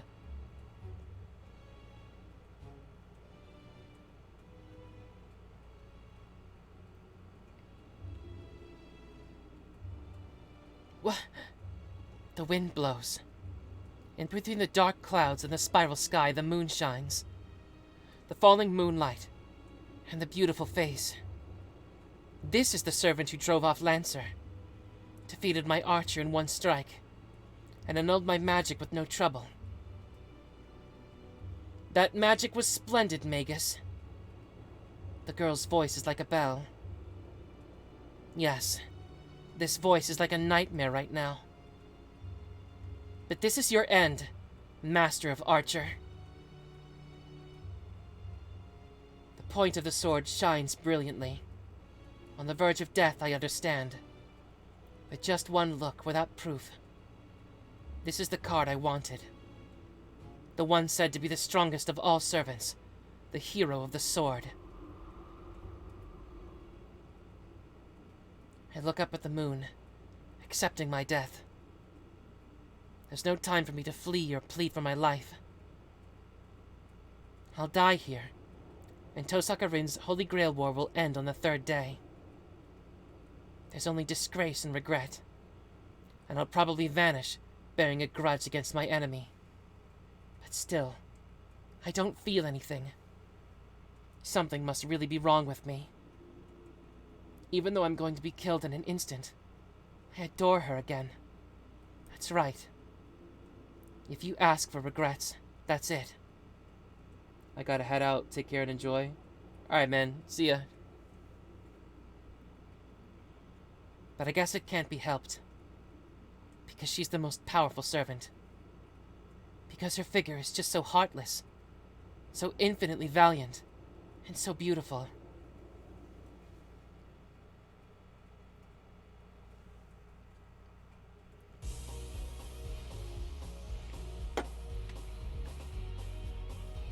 Ugh. I guess this means we did it.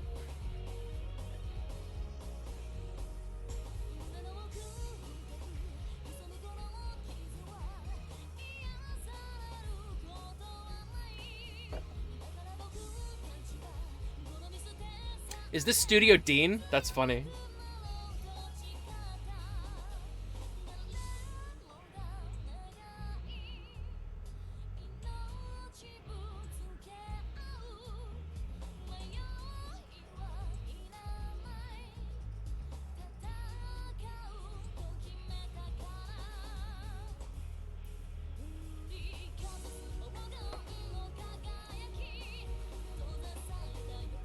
Alright, so we did it. We got through the prologue. Awesome. Ugh.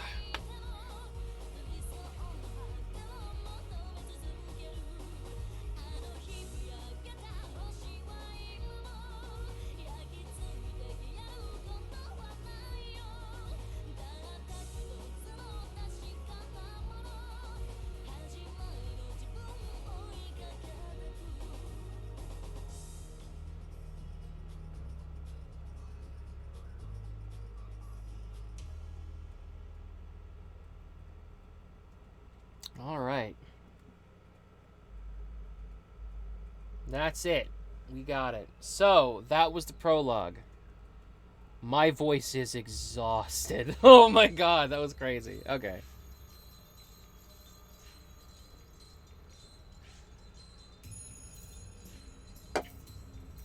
Okay. So, thoughts so far.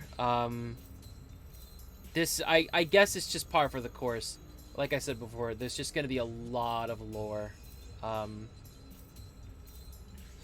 Like, Fate is the cornerstone of where everything that this franchise, Fate Stay Night specifically, is the cornerstone of where everything else branched out, right? I mean, you got Fate Grand Order, you know, all the other spin-offs and stuff. It all starts here, and it all is, everything about those things are explained in this thing, so... yeah, it's hard to do like a feminized voice for like 2 hours. When it's a girl doing the narration, it's like, fuck. That shit hurts.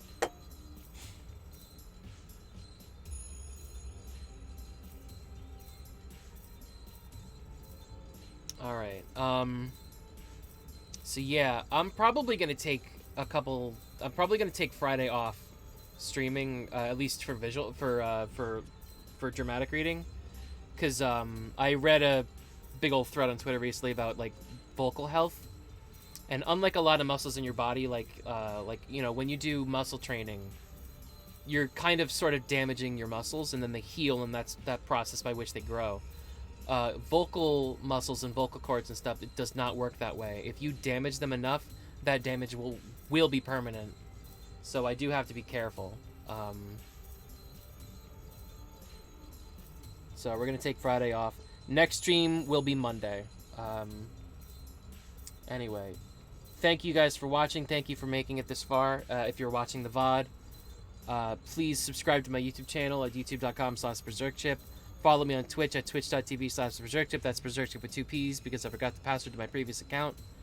Follow me on Twitter for stream highlights, schedule changes, and other fun like fighting game content and silly memes. We will be continuing Fate Stay Night. I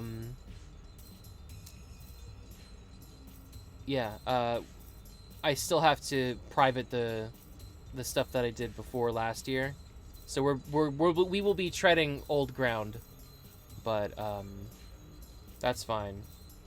Eventually, we will get to all that. So, with that having been said, thank you everybody for watching, and we will see you next time.